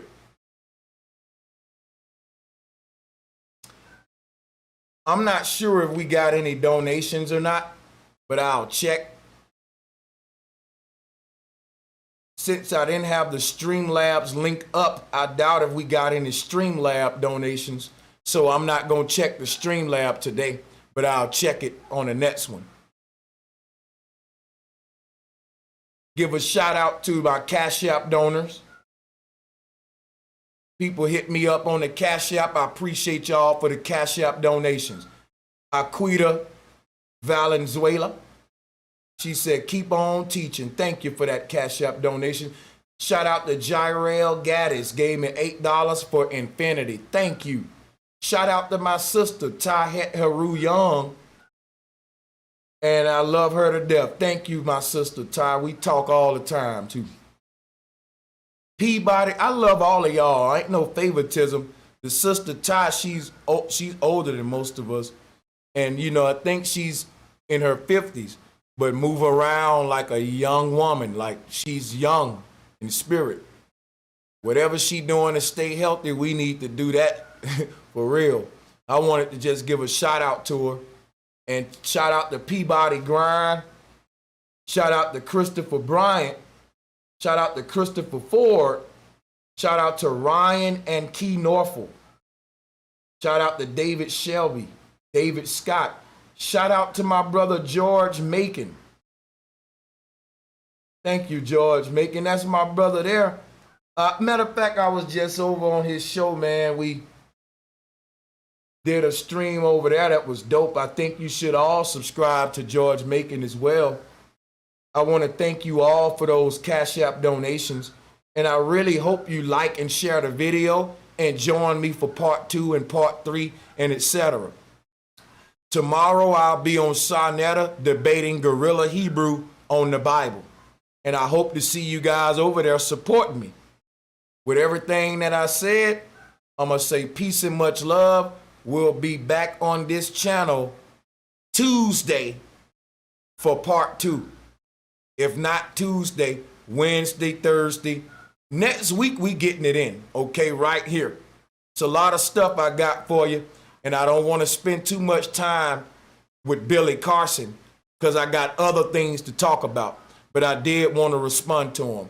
Hit the like button, hit the share button, continue to donate. And I hope you guys come and visit me again for part 2. I love you all. And listen, let me give a shout out to Billy Carson and Black Magic. This is not a personal attack. I do believe Billy Carson mean well. But like so many of our people, we think we know it all and we just regurgitating the same shit. And don't let a write a book. If a write a book, you can't tell him shit. Because did you write a book? Well, I wrote a book. So you telling me Superhead smarter than me just because she wrote a book? Superhead wrote a book. Writing a book don't make you smart. Reading a book don't make you smart if the book you're reading written by a dumbass. Connecting with the earth and the ancestors is what give you the knowledge I got. And when you get this kind of knowledge, there's no way I can sell it to you in a book. I couldn't sleep at night knowing all this deep shit I know can only be assessed by the people with $50 per copy. I wouldn't reach everybody selling it. If I'm giving it away free, there's a better chance it can wake my people up. And all I'm doing is telling us we're ignoring the science that our ancestors left us because it's written in their cosmology. We're trying to reconnect with ancient people with modern cosmology. And the people giving you the modern cosmology is using the ancient cosmology to shape the world because the ancients had the truth. All the space agencies of the world are selling you a lie to keep you from empowering yourself because the shape of the earth is actually a pattern that would allow you to create free energy generators once you study it. And I've proven that. So they don't want us talking about flat earth. They want you talking about aliens and shit. And listen, I love my brother Billy Carson. This ain't no beef. Y'all know how we are, man. Listen, this is This is business, not personal. When you challenge my information, bro, we at war. Don't mean I hate you. It mean I hate the information you spewing because it's dangerous to the people. I don't got no hate for Black Magic Channel or my brother Billy Carson. I'm defending my information is what I'm doing.